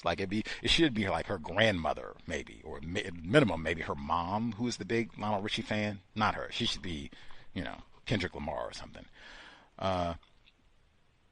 She said she's looking for a t-shirt from his all night long concert. Now, see, full of the genius. Now, I don't think he could get away with having that book at work now. I know he couldn't get away with having that book at work now, but man, oh man, he will be accurate forever.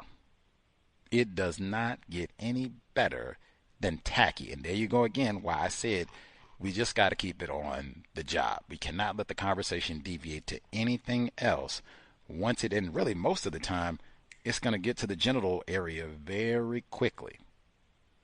I did not come on this job to sit here and talk about all night long. And woo, that love me some, and that's a cowbell too. None of that. None of that. Like, what? What? Well, I got to go, Cal. I'm going to talk to you later. Have fun. Yeah, good luck getting your t-shirt. I'll talk to you later. How does that even come up in the workplace, your fascination with Lionel Richie? I mean, what? It doesn't even seem appropriate attire for the workplace. He talked about that before, too, coming to work in footies and showing up on the Zoom, because she said that, the young lady who wrote this, having white people be on Zoom in their footies and pajamas and all of that. I've talked about that for years, way before we got to this. You certainly do not want Elon Musk sending out no email or what have you, and they find out you show up to work in your pajamas and footies. You sure enough know you are out of there. Be professional in the workplace. Leave that to white people, which again, that also communicates a message. White people are the ones who come with these dress policies and all that and talk about you got to be professional and meritocracy. How are you showing up to a job where you have to write about legal correspondence and what have you in a precise manner, and you're in your footies and bedroom slippers? Can you imagine Al Sharpton showing up to work in pajamas? Michelle Obama in pajamas? Mayor Eric Adams in footies? Come on, man. Be professional. If white people do that on your job, if anything, that's the sort of thing that I would log. Somebody comes at you and starts talking about being professional in the workplace, you mean like wearing pajamas in the workplace? That's what you mean, like being professional? And have dates and times of all of this. Like, come on. Let's see. All night. Now I'm clear she's practicing racism. I look on this behavior with deeper suspicion, as it should be. And I would say this, I wouldn't care what it is. Like if they were coming in to work with DMX shirt on, the Drake shirt on, Kendrick Lamar, like, how is this appropriate for the workplace? Oh, I love me some Biz Markie, and his passing just impacted me so, and used to go to all his concerts. My dad had all his records, and we miss you, B.I.Z.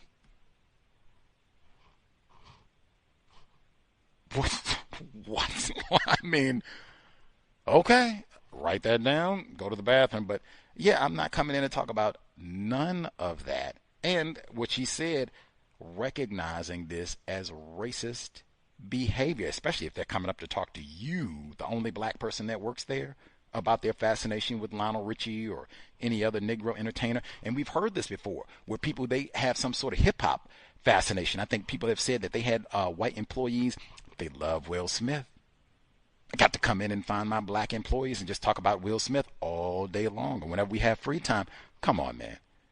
You do not do that with your white employees. Do not seek me out to come and talk about your favorite Negro. Let's get back to talking about the rate, or why you can't get your work done accurately and on time. Got to tell you 5 times. Much obliged for the email.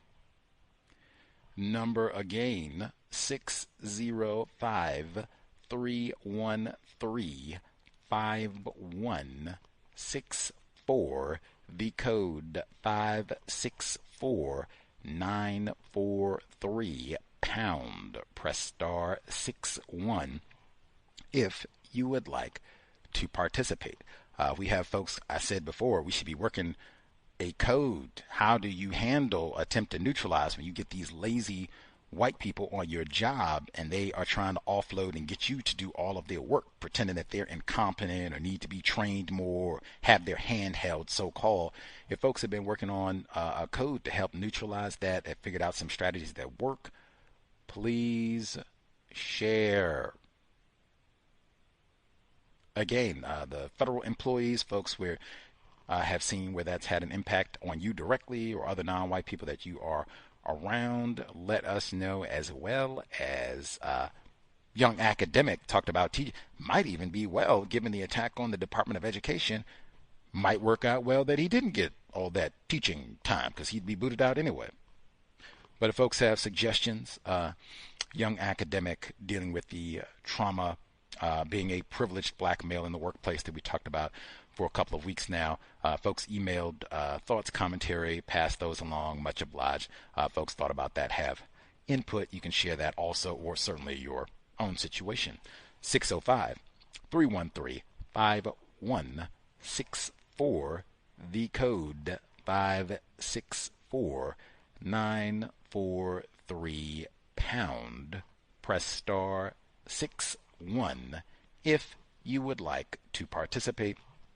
The email, untiljustice@gmail.com. Let's see.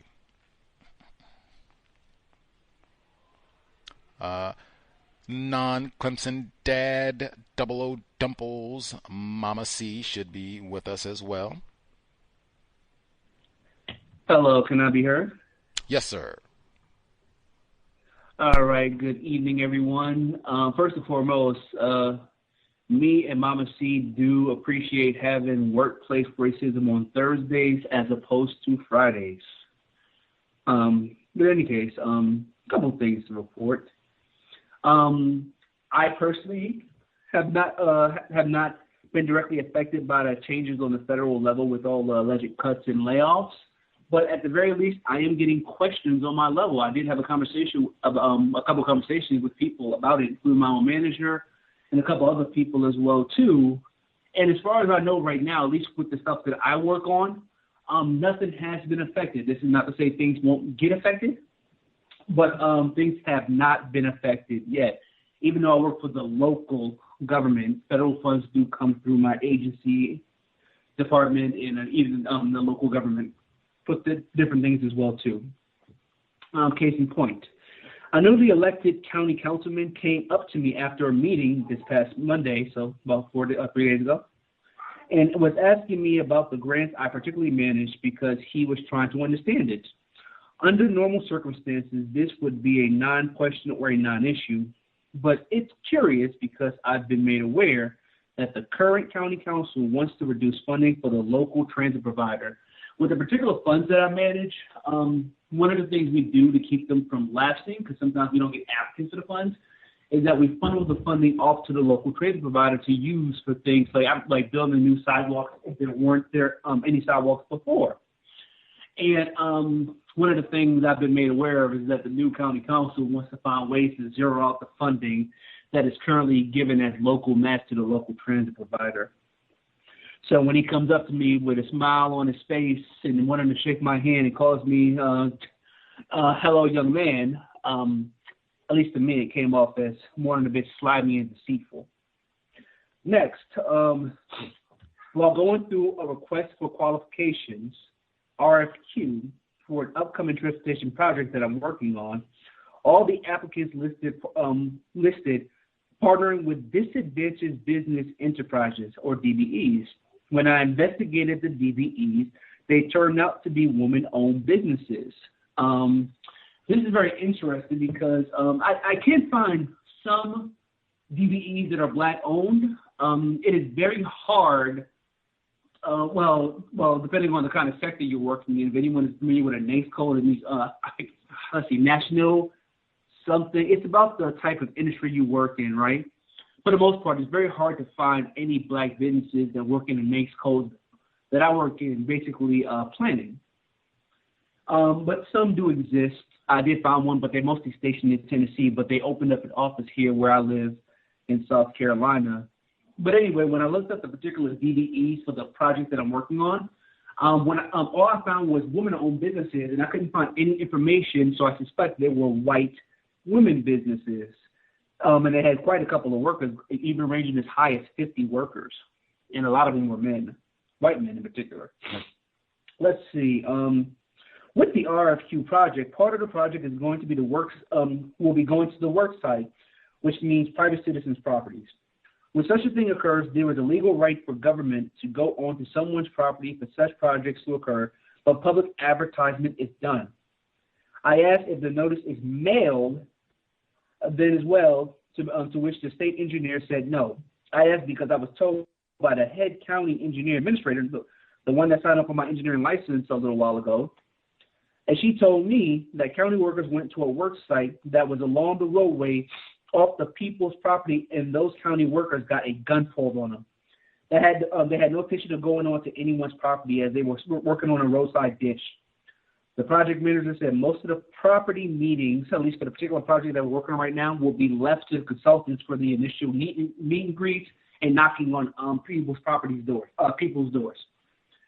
Let's see. Also confirmed that RFQs is an opportunity to steal ideas. While having my meeting, I think today, this morning, one of the consultants that's basically coordinating this particular project and had a hand in trying to write the RFQ to actually get potential applicants, he said in a meeting that he appreciated the process because he got a couple of ideas, even from the ones that did not, that were not selected to actually do the project.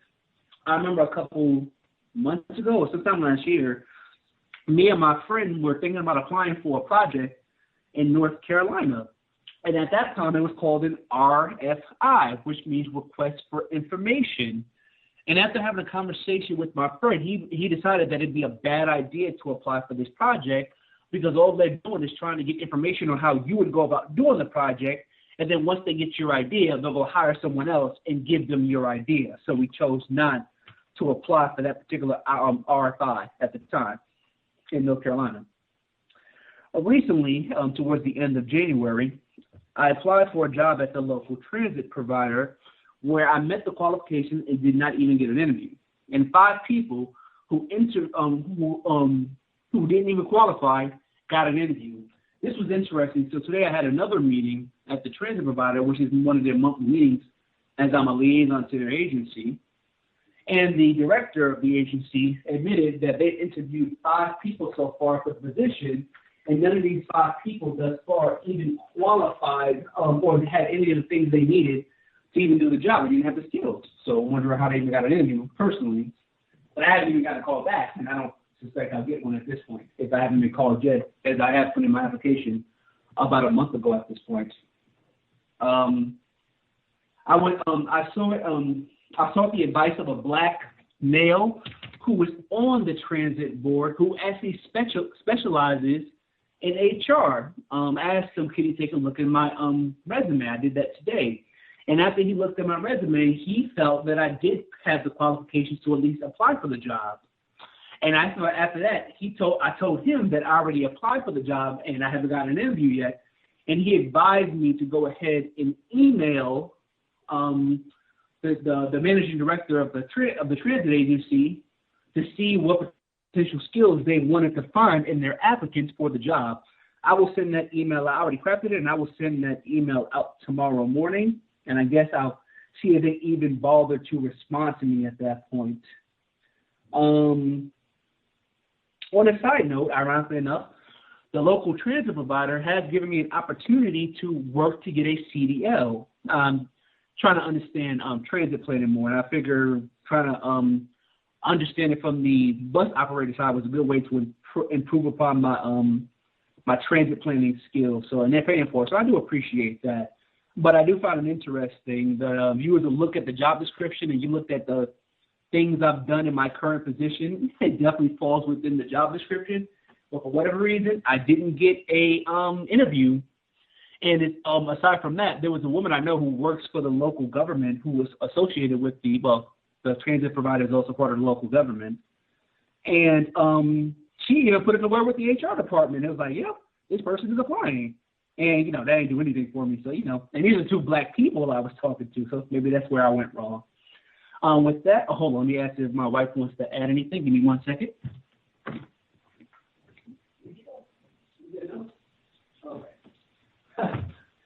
She's dealing with double dimple. So with that, maybe she'll call in a little bit later and I'll mute my line. Right on. Non-Clemson dad. Dang. That's we got quite a bit to chew on there as well. Let's see. So going back to the beginning of his share, he says that they were one of the white local politicians. They're looking to slash funds from local transit.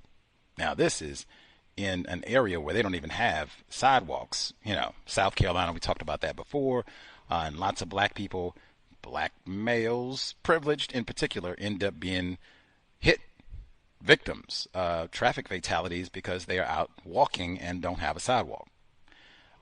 Trying to slash funds from public transport, that almost seems like the same sort of DIE-ish attack. We don't want no niggers on the bus out here. Coming up and find more ways of taking that money away. Slimy and racist indeed. Let's see. He said he looked for disadvantaged was it business enterprise or diverse business enterprises, disadvantaged business enterprises, or however you phrased it. Disadvantaged business enterprises, DBEs. Thank you. Disadvantaged business enterprises.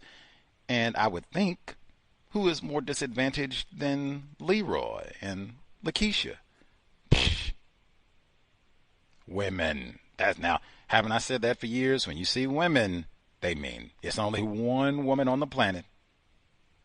White women, he said. He went and looked. Do they have any black disadvantaged business enterprises where the black...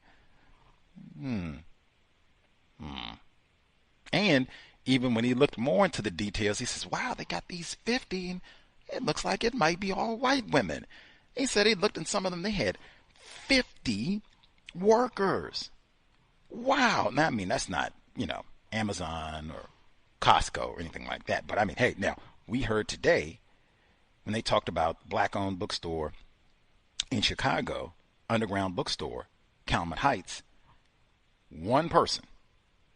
He said, I can't even afford to have staff and get me, 4 or 5 people working here and get these books out and all that because we don't even make enough money for all that. So it's just me. Business with one employee, and that is very common for black-owned businesses, so-called, where they're not even successful or large enough that they can have, 20 people on the staff, 30 people that, got a job and take it. Not even. Most of the time it is one person. So the white women got their staff, 50 people, whatever, doing their thing. Let's see. He goes to one. He talked about when they have their, I guess, meetings, talk about, qualifications and all this. Even some of these ideas that are going to get passed, white people, they'll steal them. They're not going to use this. I'll put my name on it and put it forward a few months later, and maybe they will approve it. Like, dang. And again, now that sort of thing is very common. I'm not even sure if there's a code or what can be done about that. If you present an idea as yours and they say, oh, no, we don't want to do that. And then a white person just comes back a week, a month later, maybe even the next day, and says the same thing. And they're like, man. I'm not, if folks have a code how to, manage that, minimize the likelihood of that happening, let us know. But that is almost cliche in the system. As is, he said now they have a position. They've interviewed 5 people. He's applied for it. Hasn't gotten an interview. He said these 5 people, come to find out, they're not even qualified. That is painfully cliche. That's another one. I'm going to suspect these 5 folks, it was not Leroy, Lakeisha, Reverend Clementa Pinckney's nephews and nieces. I'm going to guess, again, probably white people. And we've heard this so many times, dare I say, even old A.I. Ashley, but down at the courthouse and what have you, my spirit sick white brother, he say, they have a reputation. I'm known as being unprofessional, and I don't know how to talk to people. But they still offer me job interviews where I'm not even qualified for this position. How is that? Like, it's not even like you have a pleasant personality and you didn't graduate from Clemson, but I'm white. We'll give him a shot. Non-Clemson dad, even though he didn't go to Clemson, obviously, he is qualified. He said, look over my resume and like, but I love the question, what skill set are you looking for in the ideal candidate? Great question. Now let's see if that matches up with my expertise. Now they might ignore you on that one too, but at least great question.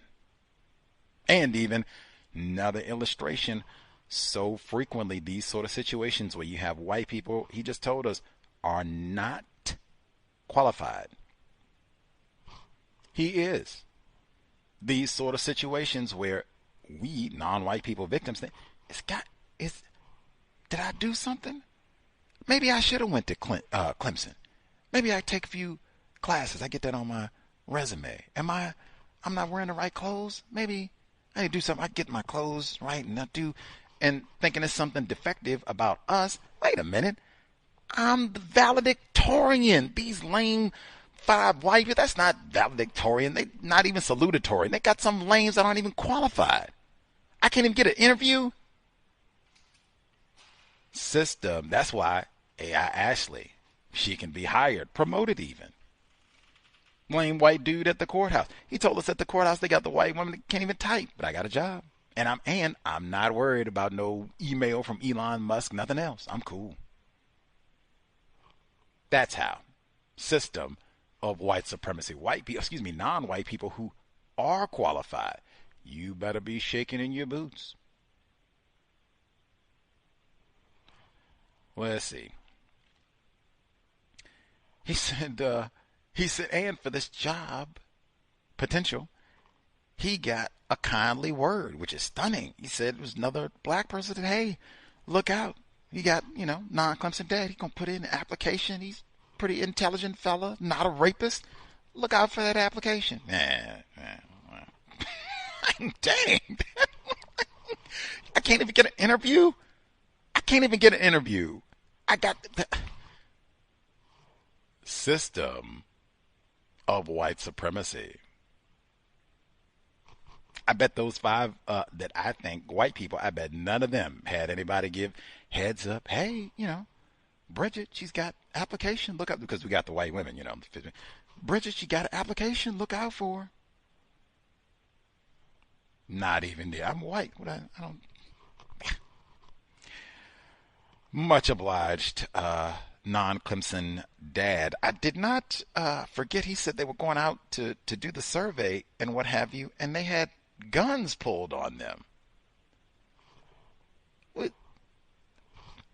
Man, I don't even know what to say about that. Like, wow. If you do any sort of work, you have to go out getting close to people's property. I think we have, had a few people before where they do construction, delivery, like Amazon or anything else, where they have to maybe go to someone's resident and maybe have to park there for a little bit because they have to unload things and then take it, inside. And that ended up being a confrontation where someone might come out and say, move that contraption out, get it off my property right now, move, you block it up the street, and all that sort of thing. Like, man, with the number of folks who are upset about whatever right now and all the pardon January 6 people and federal employees concerned about their jobs and panic attacks and taking more drugs and all the rest of it, I would not want any sort of confrontations out in public. I mean, I would talk about that in advance. Like, anything we're going to be out in public and close to someone's property or whatever the case may be, what is the procedure? Someone comes out and is riled up and mad and you touched my fence or, whatever. What do we do? Okay, boom, boom, boom. And like, that's the sort of situation where if you don't think their plan is sufficient and a gun gets pulled, have your own plan. If that means we have to leave immediately, this is no longer a safe environment to work or do anything else, police report, all that. Oh well. But I mean, that's pretty serious. I think a gun being like, whoa, we just came out, we got a tape measure and they pulled a Glock. Like, whoa. 2025, very unsafe times.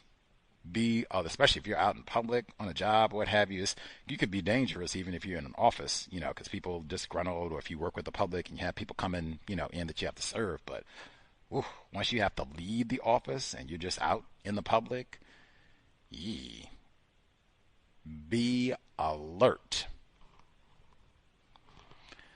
Much obliged, non-Clemson dad. Let us know about the response to the question, if you get one, qualifications, or what specifically they're looking for in the ideal candidate.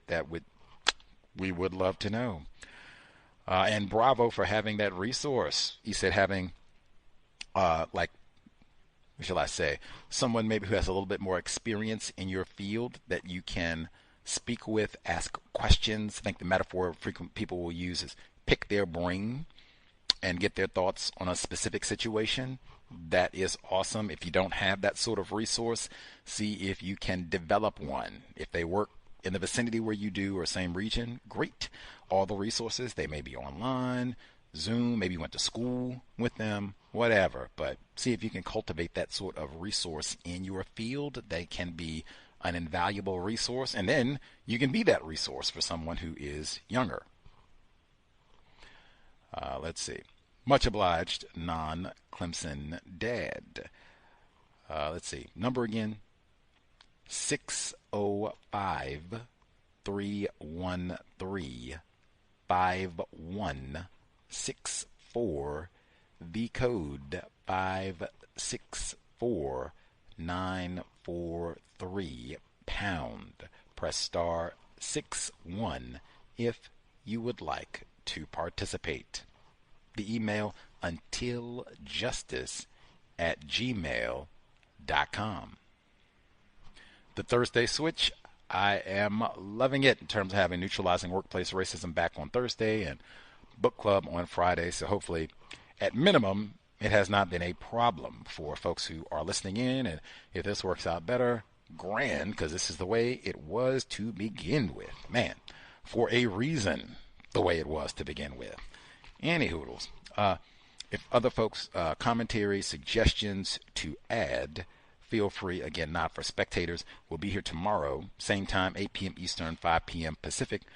Catherine Massey Book Club, continuing with Dr. Maya Angelou's memoir. Then we'll be here Saturday as well. Compensatory call-in, 8 p.m. Eastern, 5 p.m. Pacific. And then Sunday, white guests only. Looking forward, reading Racism. Cannot wait. All same time, 8 p.m. Eastern, 5 p.m. Pacific, on every day, Thursday through Sunday of this week. Anywho's, let's see. Other folks, if you have, like I said, if we have federal employees, or even if you have been observing the impact of these kind of, I won't say random, but not well executed, I'll say, in terms of we've planned and done a study, and these are areas where maybe we have some redundancy in what people's duties and responsibilities are, or we can downsize appropriately. It doesn't seem like things are carried out in that manner, even according to what many white people have testified. So if folks have been impacted by that directly, and or observing how that has impacted non-white people, people classified as black specifically, let us know. If nothing else, a reminder, the importance of, we are in a system of white supremacy racism, and it is very important for us to be honest about that. I think I said before, even if you have your dream job, this is, exactly the career path that I wanted and trained for and thought about since I was a child, and I went through all that, all the racism, and I achieved it. Even then, white people can take it 5 seconds. President Obama, anything, 5 seconds, all gone. Not that, and it might not even necessarily be that you did something, like we said with non-Clemson grad, or lots of us. It might not even necessarily be that you did something wrong or what have you on the job, just white people practicing white supremacy racism. Birds chirp, dogs bark, people classified as white, ... Anyway, and talking to your children, I can't emphasize that enough. Number one, that way they might have a slightly better appreciation for your difficult role, job as an attempted parent in a system of white supremacy racism. And then you can also give them more realistic expectations for their career, not to lack ambition, but to be more in line with reality that, yes, I can go out here and perform and do my best. And that in and of itself might motivate white people to want to be racist and fire me, or not even give me an interview. See that I'm qualified. Wow, valedictorian. Nah, put that one in the trash. What? That is the world that we live in. I think more non-white people understanding that very early on, that would help us to solve this problem. Let's see.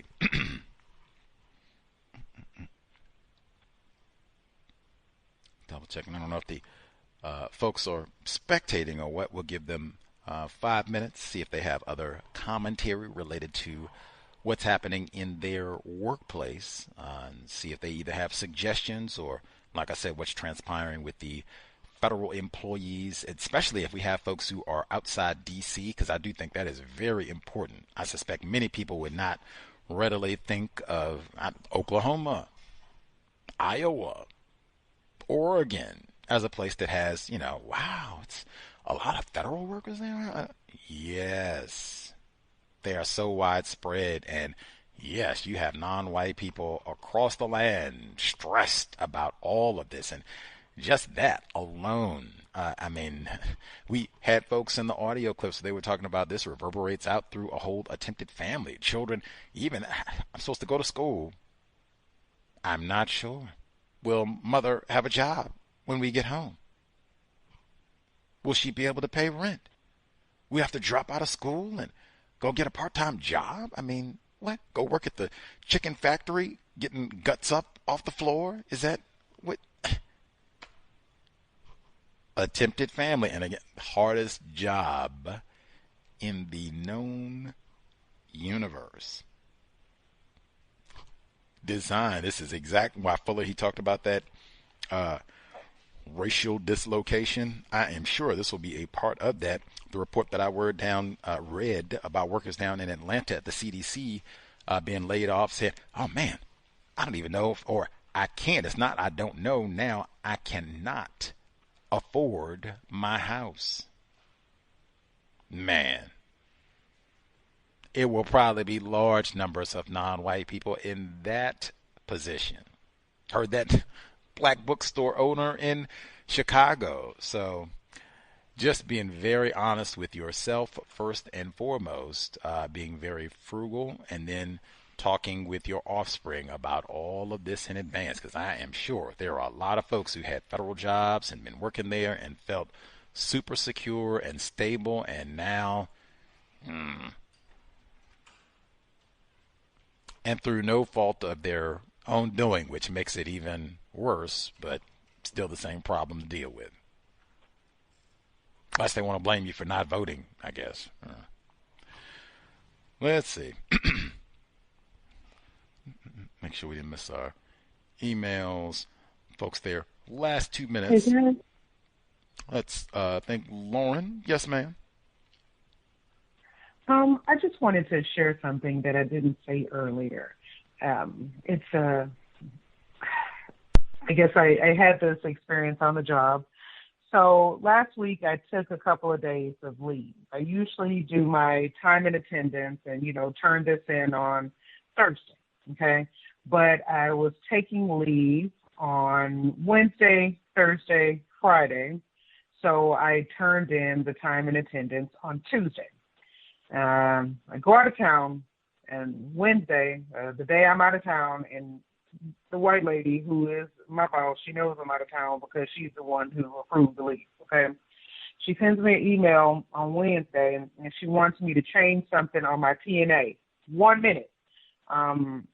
She wanted it to be in the 15-minute increments. So she wanted me to change my TNA by 1 minute, and she sent me an email about this. She knows I'm not in town, and she can tell, it has on Teams. Anyway. So she can tell I am not online. And she sends me another email the next day asking me, hey, I sent you an email yesterday, blah, blah, blah. I need you to do this thing again, still out of town, and she knows that, right?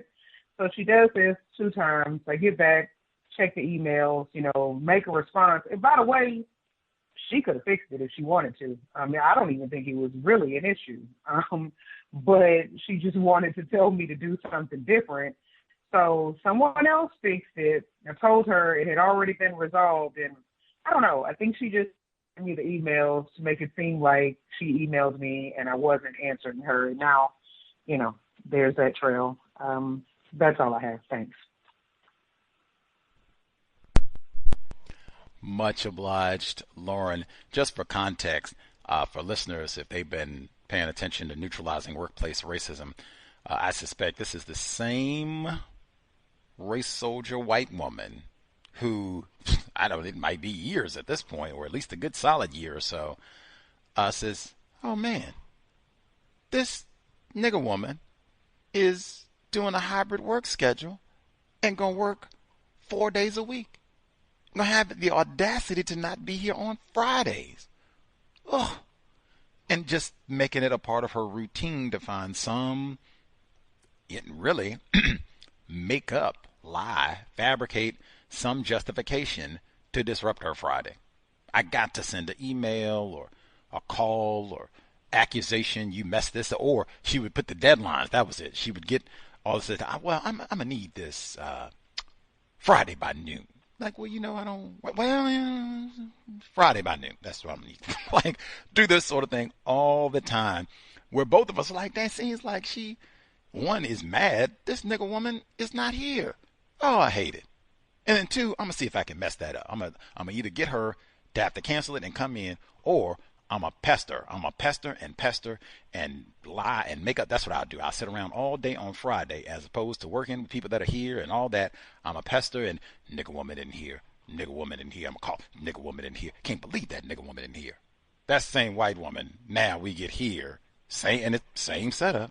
You approved. It's not just you approved me being on vacation.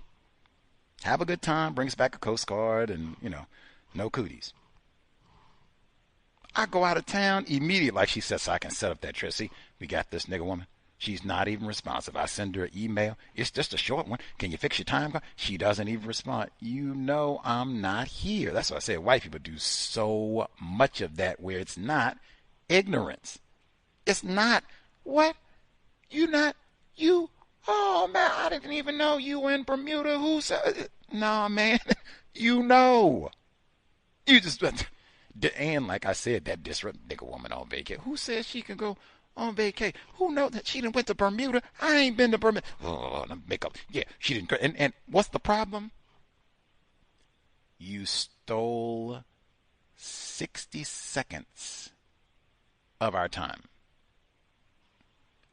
60 seconds. Even if that is let's say, maybe she's one of them highfalutin niggas and she makes, let's say, $5,000 an hour. So, I mean, that's 60 seconds. Like, hey, we ain't got money to throw around. Elon Musk and all that. So, shave that minute off, man.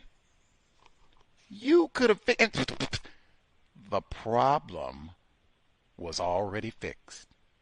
You did all this for what exactly? What I said before, wasting time. There is so much of this to wait. I got to what? Oh, I missed this. Oh, let me mess up my vacation. I'm not even supposed to be here, but oh yes, go get this. You could have corrected. It's already corrected, and I'm not supposed to be here. Same thing we said before with it. White women in particular in the workplace, they are so racist and vindictive. I said this. I just don't think the typical non-white person, victim of racism, I just don't think we think like that. Why, even, non-white people, racists even, that we got beef with, conflict in the workplace, I just don't think we sit around and, Helen is not here today. She's on vacation. I'm going to sit around and think all day long. I'm going to get at Helen. How can I mess her vacation up and mess this up and mess her chair up so when she comes back she falls on the floor or go spill coffee on her chair so it'll be stained when she gets back. And I just don't think your typical non-white person, I just don't think that we think that way. It's about harming and sabotaging somebody else, and for no reason. Like, I don't think, unless she left some major chunks of the story out, I don't think Lauren did something to this white woman. She's racist. I don't like seeing competent niggers. How did you get this job? And then much less you got this job, not going to be coming in but 4 days a week. Oh, I hate her. Oh, I hate her. What did she do to you? Oh, I hate her.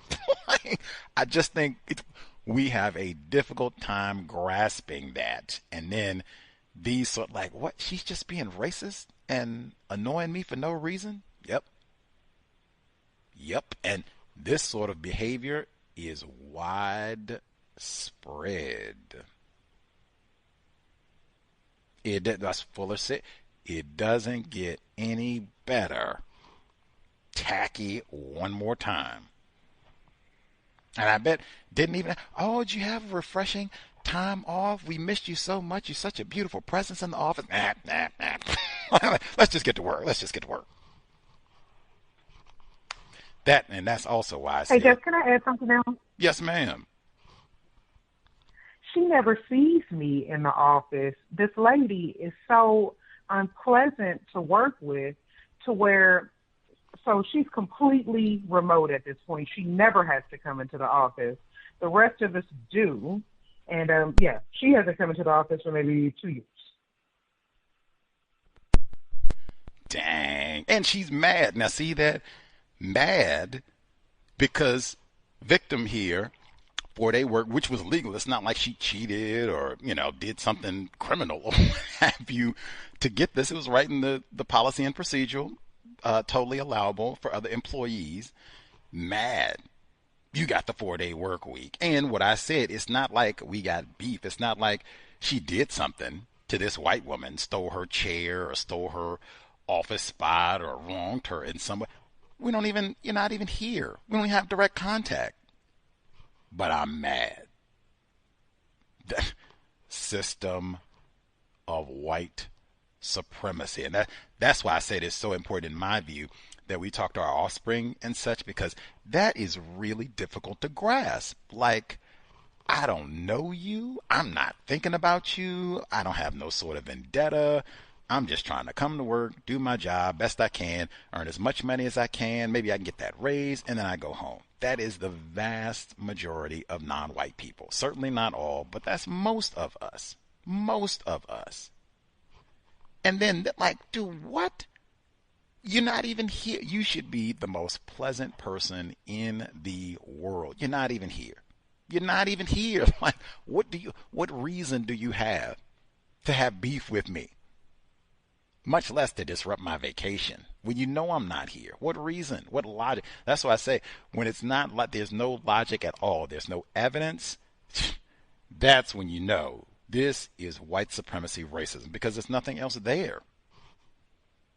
It's not even ignorance. I can't even just chalk it up to, oh, this is just a dumb white person. She didn't know how to check the system, old dumb Betty. She didn't know how to check the system to see, oh man, my Negro is out of town. And that's dumb me. I scheduled it. No, that's not the problem here. That's not what this is at all. And again, this behavior is very widespread. Again, do not put no information up. If you get a vacation or you get time off, whatever it is, you are not telling folks where you are going, what you are doing. You are not bringing back mementos and, oh, I'm bringing you back a postcard and, oh, I'm bringing you back something. None of that. I don't have no pictures to hang up or decorations from my trip, and none of that. None of that. As far as they know, you might just be going home to catch up on laundry or whatever. You could have been gone to Istanbul for 3 months. As far as they know, I spent the whole 3 months at home. I caught up on my laundry, tough. I caught up on my vacuuming, tough. I caught up on my sleep, double tough. That's as far as they know. I done marked my passport all up in that time, but they don't know that. And that's even if I worked with black people. But definitely, if you work with white people, no, you think you've been sabotaged. And we've heard that. That's in the archives. People did tell them that. Or indirectly, they found out that they went on some trip or wherever. Could have been to when that they went, to the next county. What? You went where, Negro? What does it mean to be white? Any hoodles. Let's see. Double check the email. Make sure we didn't miss. Let's see. I think we nabbed all of our callers. At least I don't see folks. Again, and if the federal situation is having an impact, you can write us an email, right? untiljustice@gmail.com and let us know. Then we can share it as we kind of move forward, because it looks like this situation is going to continue for some time at least, which is probably what they had in mind. Long-term confusion, chaos. But let us know what you're seeing in terms of how this is impacting other non-white employees. untiljustice@gmail.com, impacting yourself, attempted family, or just non-white people that you see in your geographic location. untiljustice@gmail.com. We will be here Friday, tomorrow, Catherine Massey Book Club. Saturday, compensatory call-in, and then Sunday, white guests only, all same time, 8 p.m. Eastern, 5 p.m.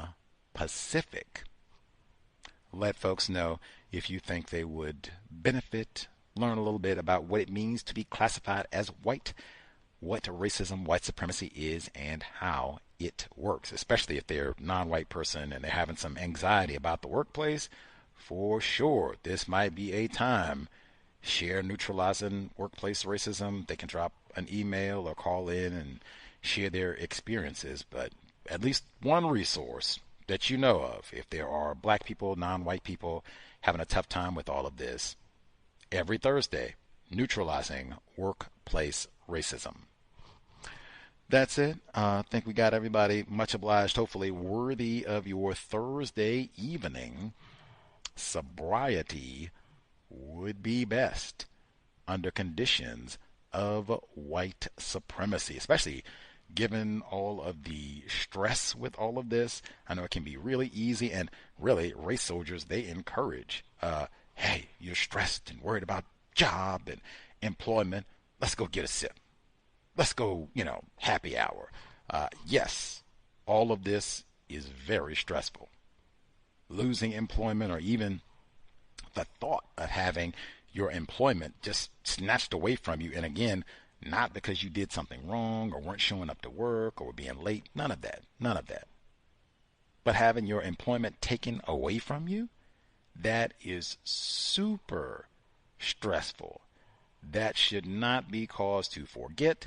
White people have been saying increasingly, drinking alcohol carcinogenic. They said, hey, more than 1 drink per week, you are heading towards cancer. You do not want this to be a catalyst for, oh man, then we went and had to go get a little Jack Daniels to self-medicate, and oh man, that is not constructive at all. There are much better ways to deal with the stress of job loss or even job uncertainty than consuming a lot of narcotics and what have you that white people provide for us. Oh, this will make you feel better and this will help you. No, man. No, it will not. Neither will eating a lot of bad food. That's another. Talked about that with Pamela Evans Harris, late Dr. Welsing. You do not want to be piling up. If ice cream is your thing or sweets, you know this about yourself. If you're under stress and feeling anxiety, you do not want this to be the time where you say, well, that job thing, I'm going to give license. I can go ahead and pile up that Ben & Jerry's and all that. Wrong. We are already diabetes lane, right? That's what they say. All the bad food that they dump on us, all that stress too. It's not even when times are good. You don't want to be eating ice cream and all that nonsense, all that white sugar. So it would doubly apply now. And in fact, they have studies from white people. If you are feeling depressed, mental health strain, you really want to watch your refined sugars then. So sodas, there should be no sodas, ice cream, cakes, cookies, none of that stuff. We're not going to Dairy Queen. We're not going getting the Haagen-Dazs line. None of that. Water.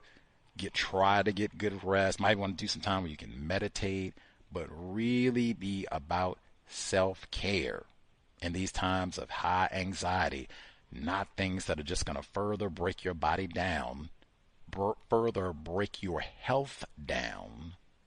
You really want to be about things that are nourishing your mind, physically, emotionally, spiritually, even the people that you're around. In my view, I would not want to be around people under these conditions that do a lot of name calling and are real toxic. Hopefully people that have some patience and maybe some people that are willing to speak honestly about racism. Hopefully we do a teaspoon of both here, being patient and then being willing to talk about racism in an honest manner. Sobriety would be best, did our PSA. That's it. Creator. Oh, make sure I lost my spot on the page here. There we go. Okay. Help me to maximize my time and energy. Said that so much. White people do so much wasting of our time and energy. They encourage victims to do the same, even wasting our own time. Help me stop wasting non-white people's time and energy, including my own. Minimize contact, minimize conflict, stop name-calling black people, stop being discourteous to black people, stop gossiping, stop producing throwaway offspring. Cal signing out. Thanks all for tuning in. Nigga, you so brainwashed. I'm a victim, brother. Problem.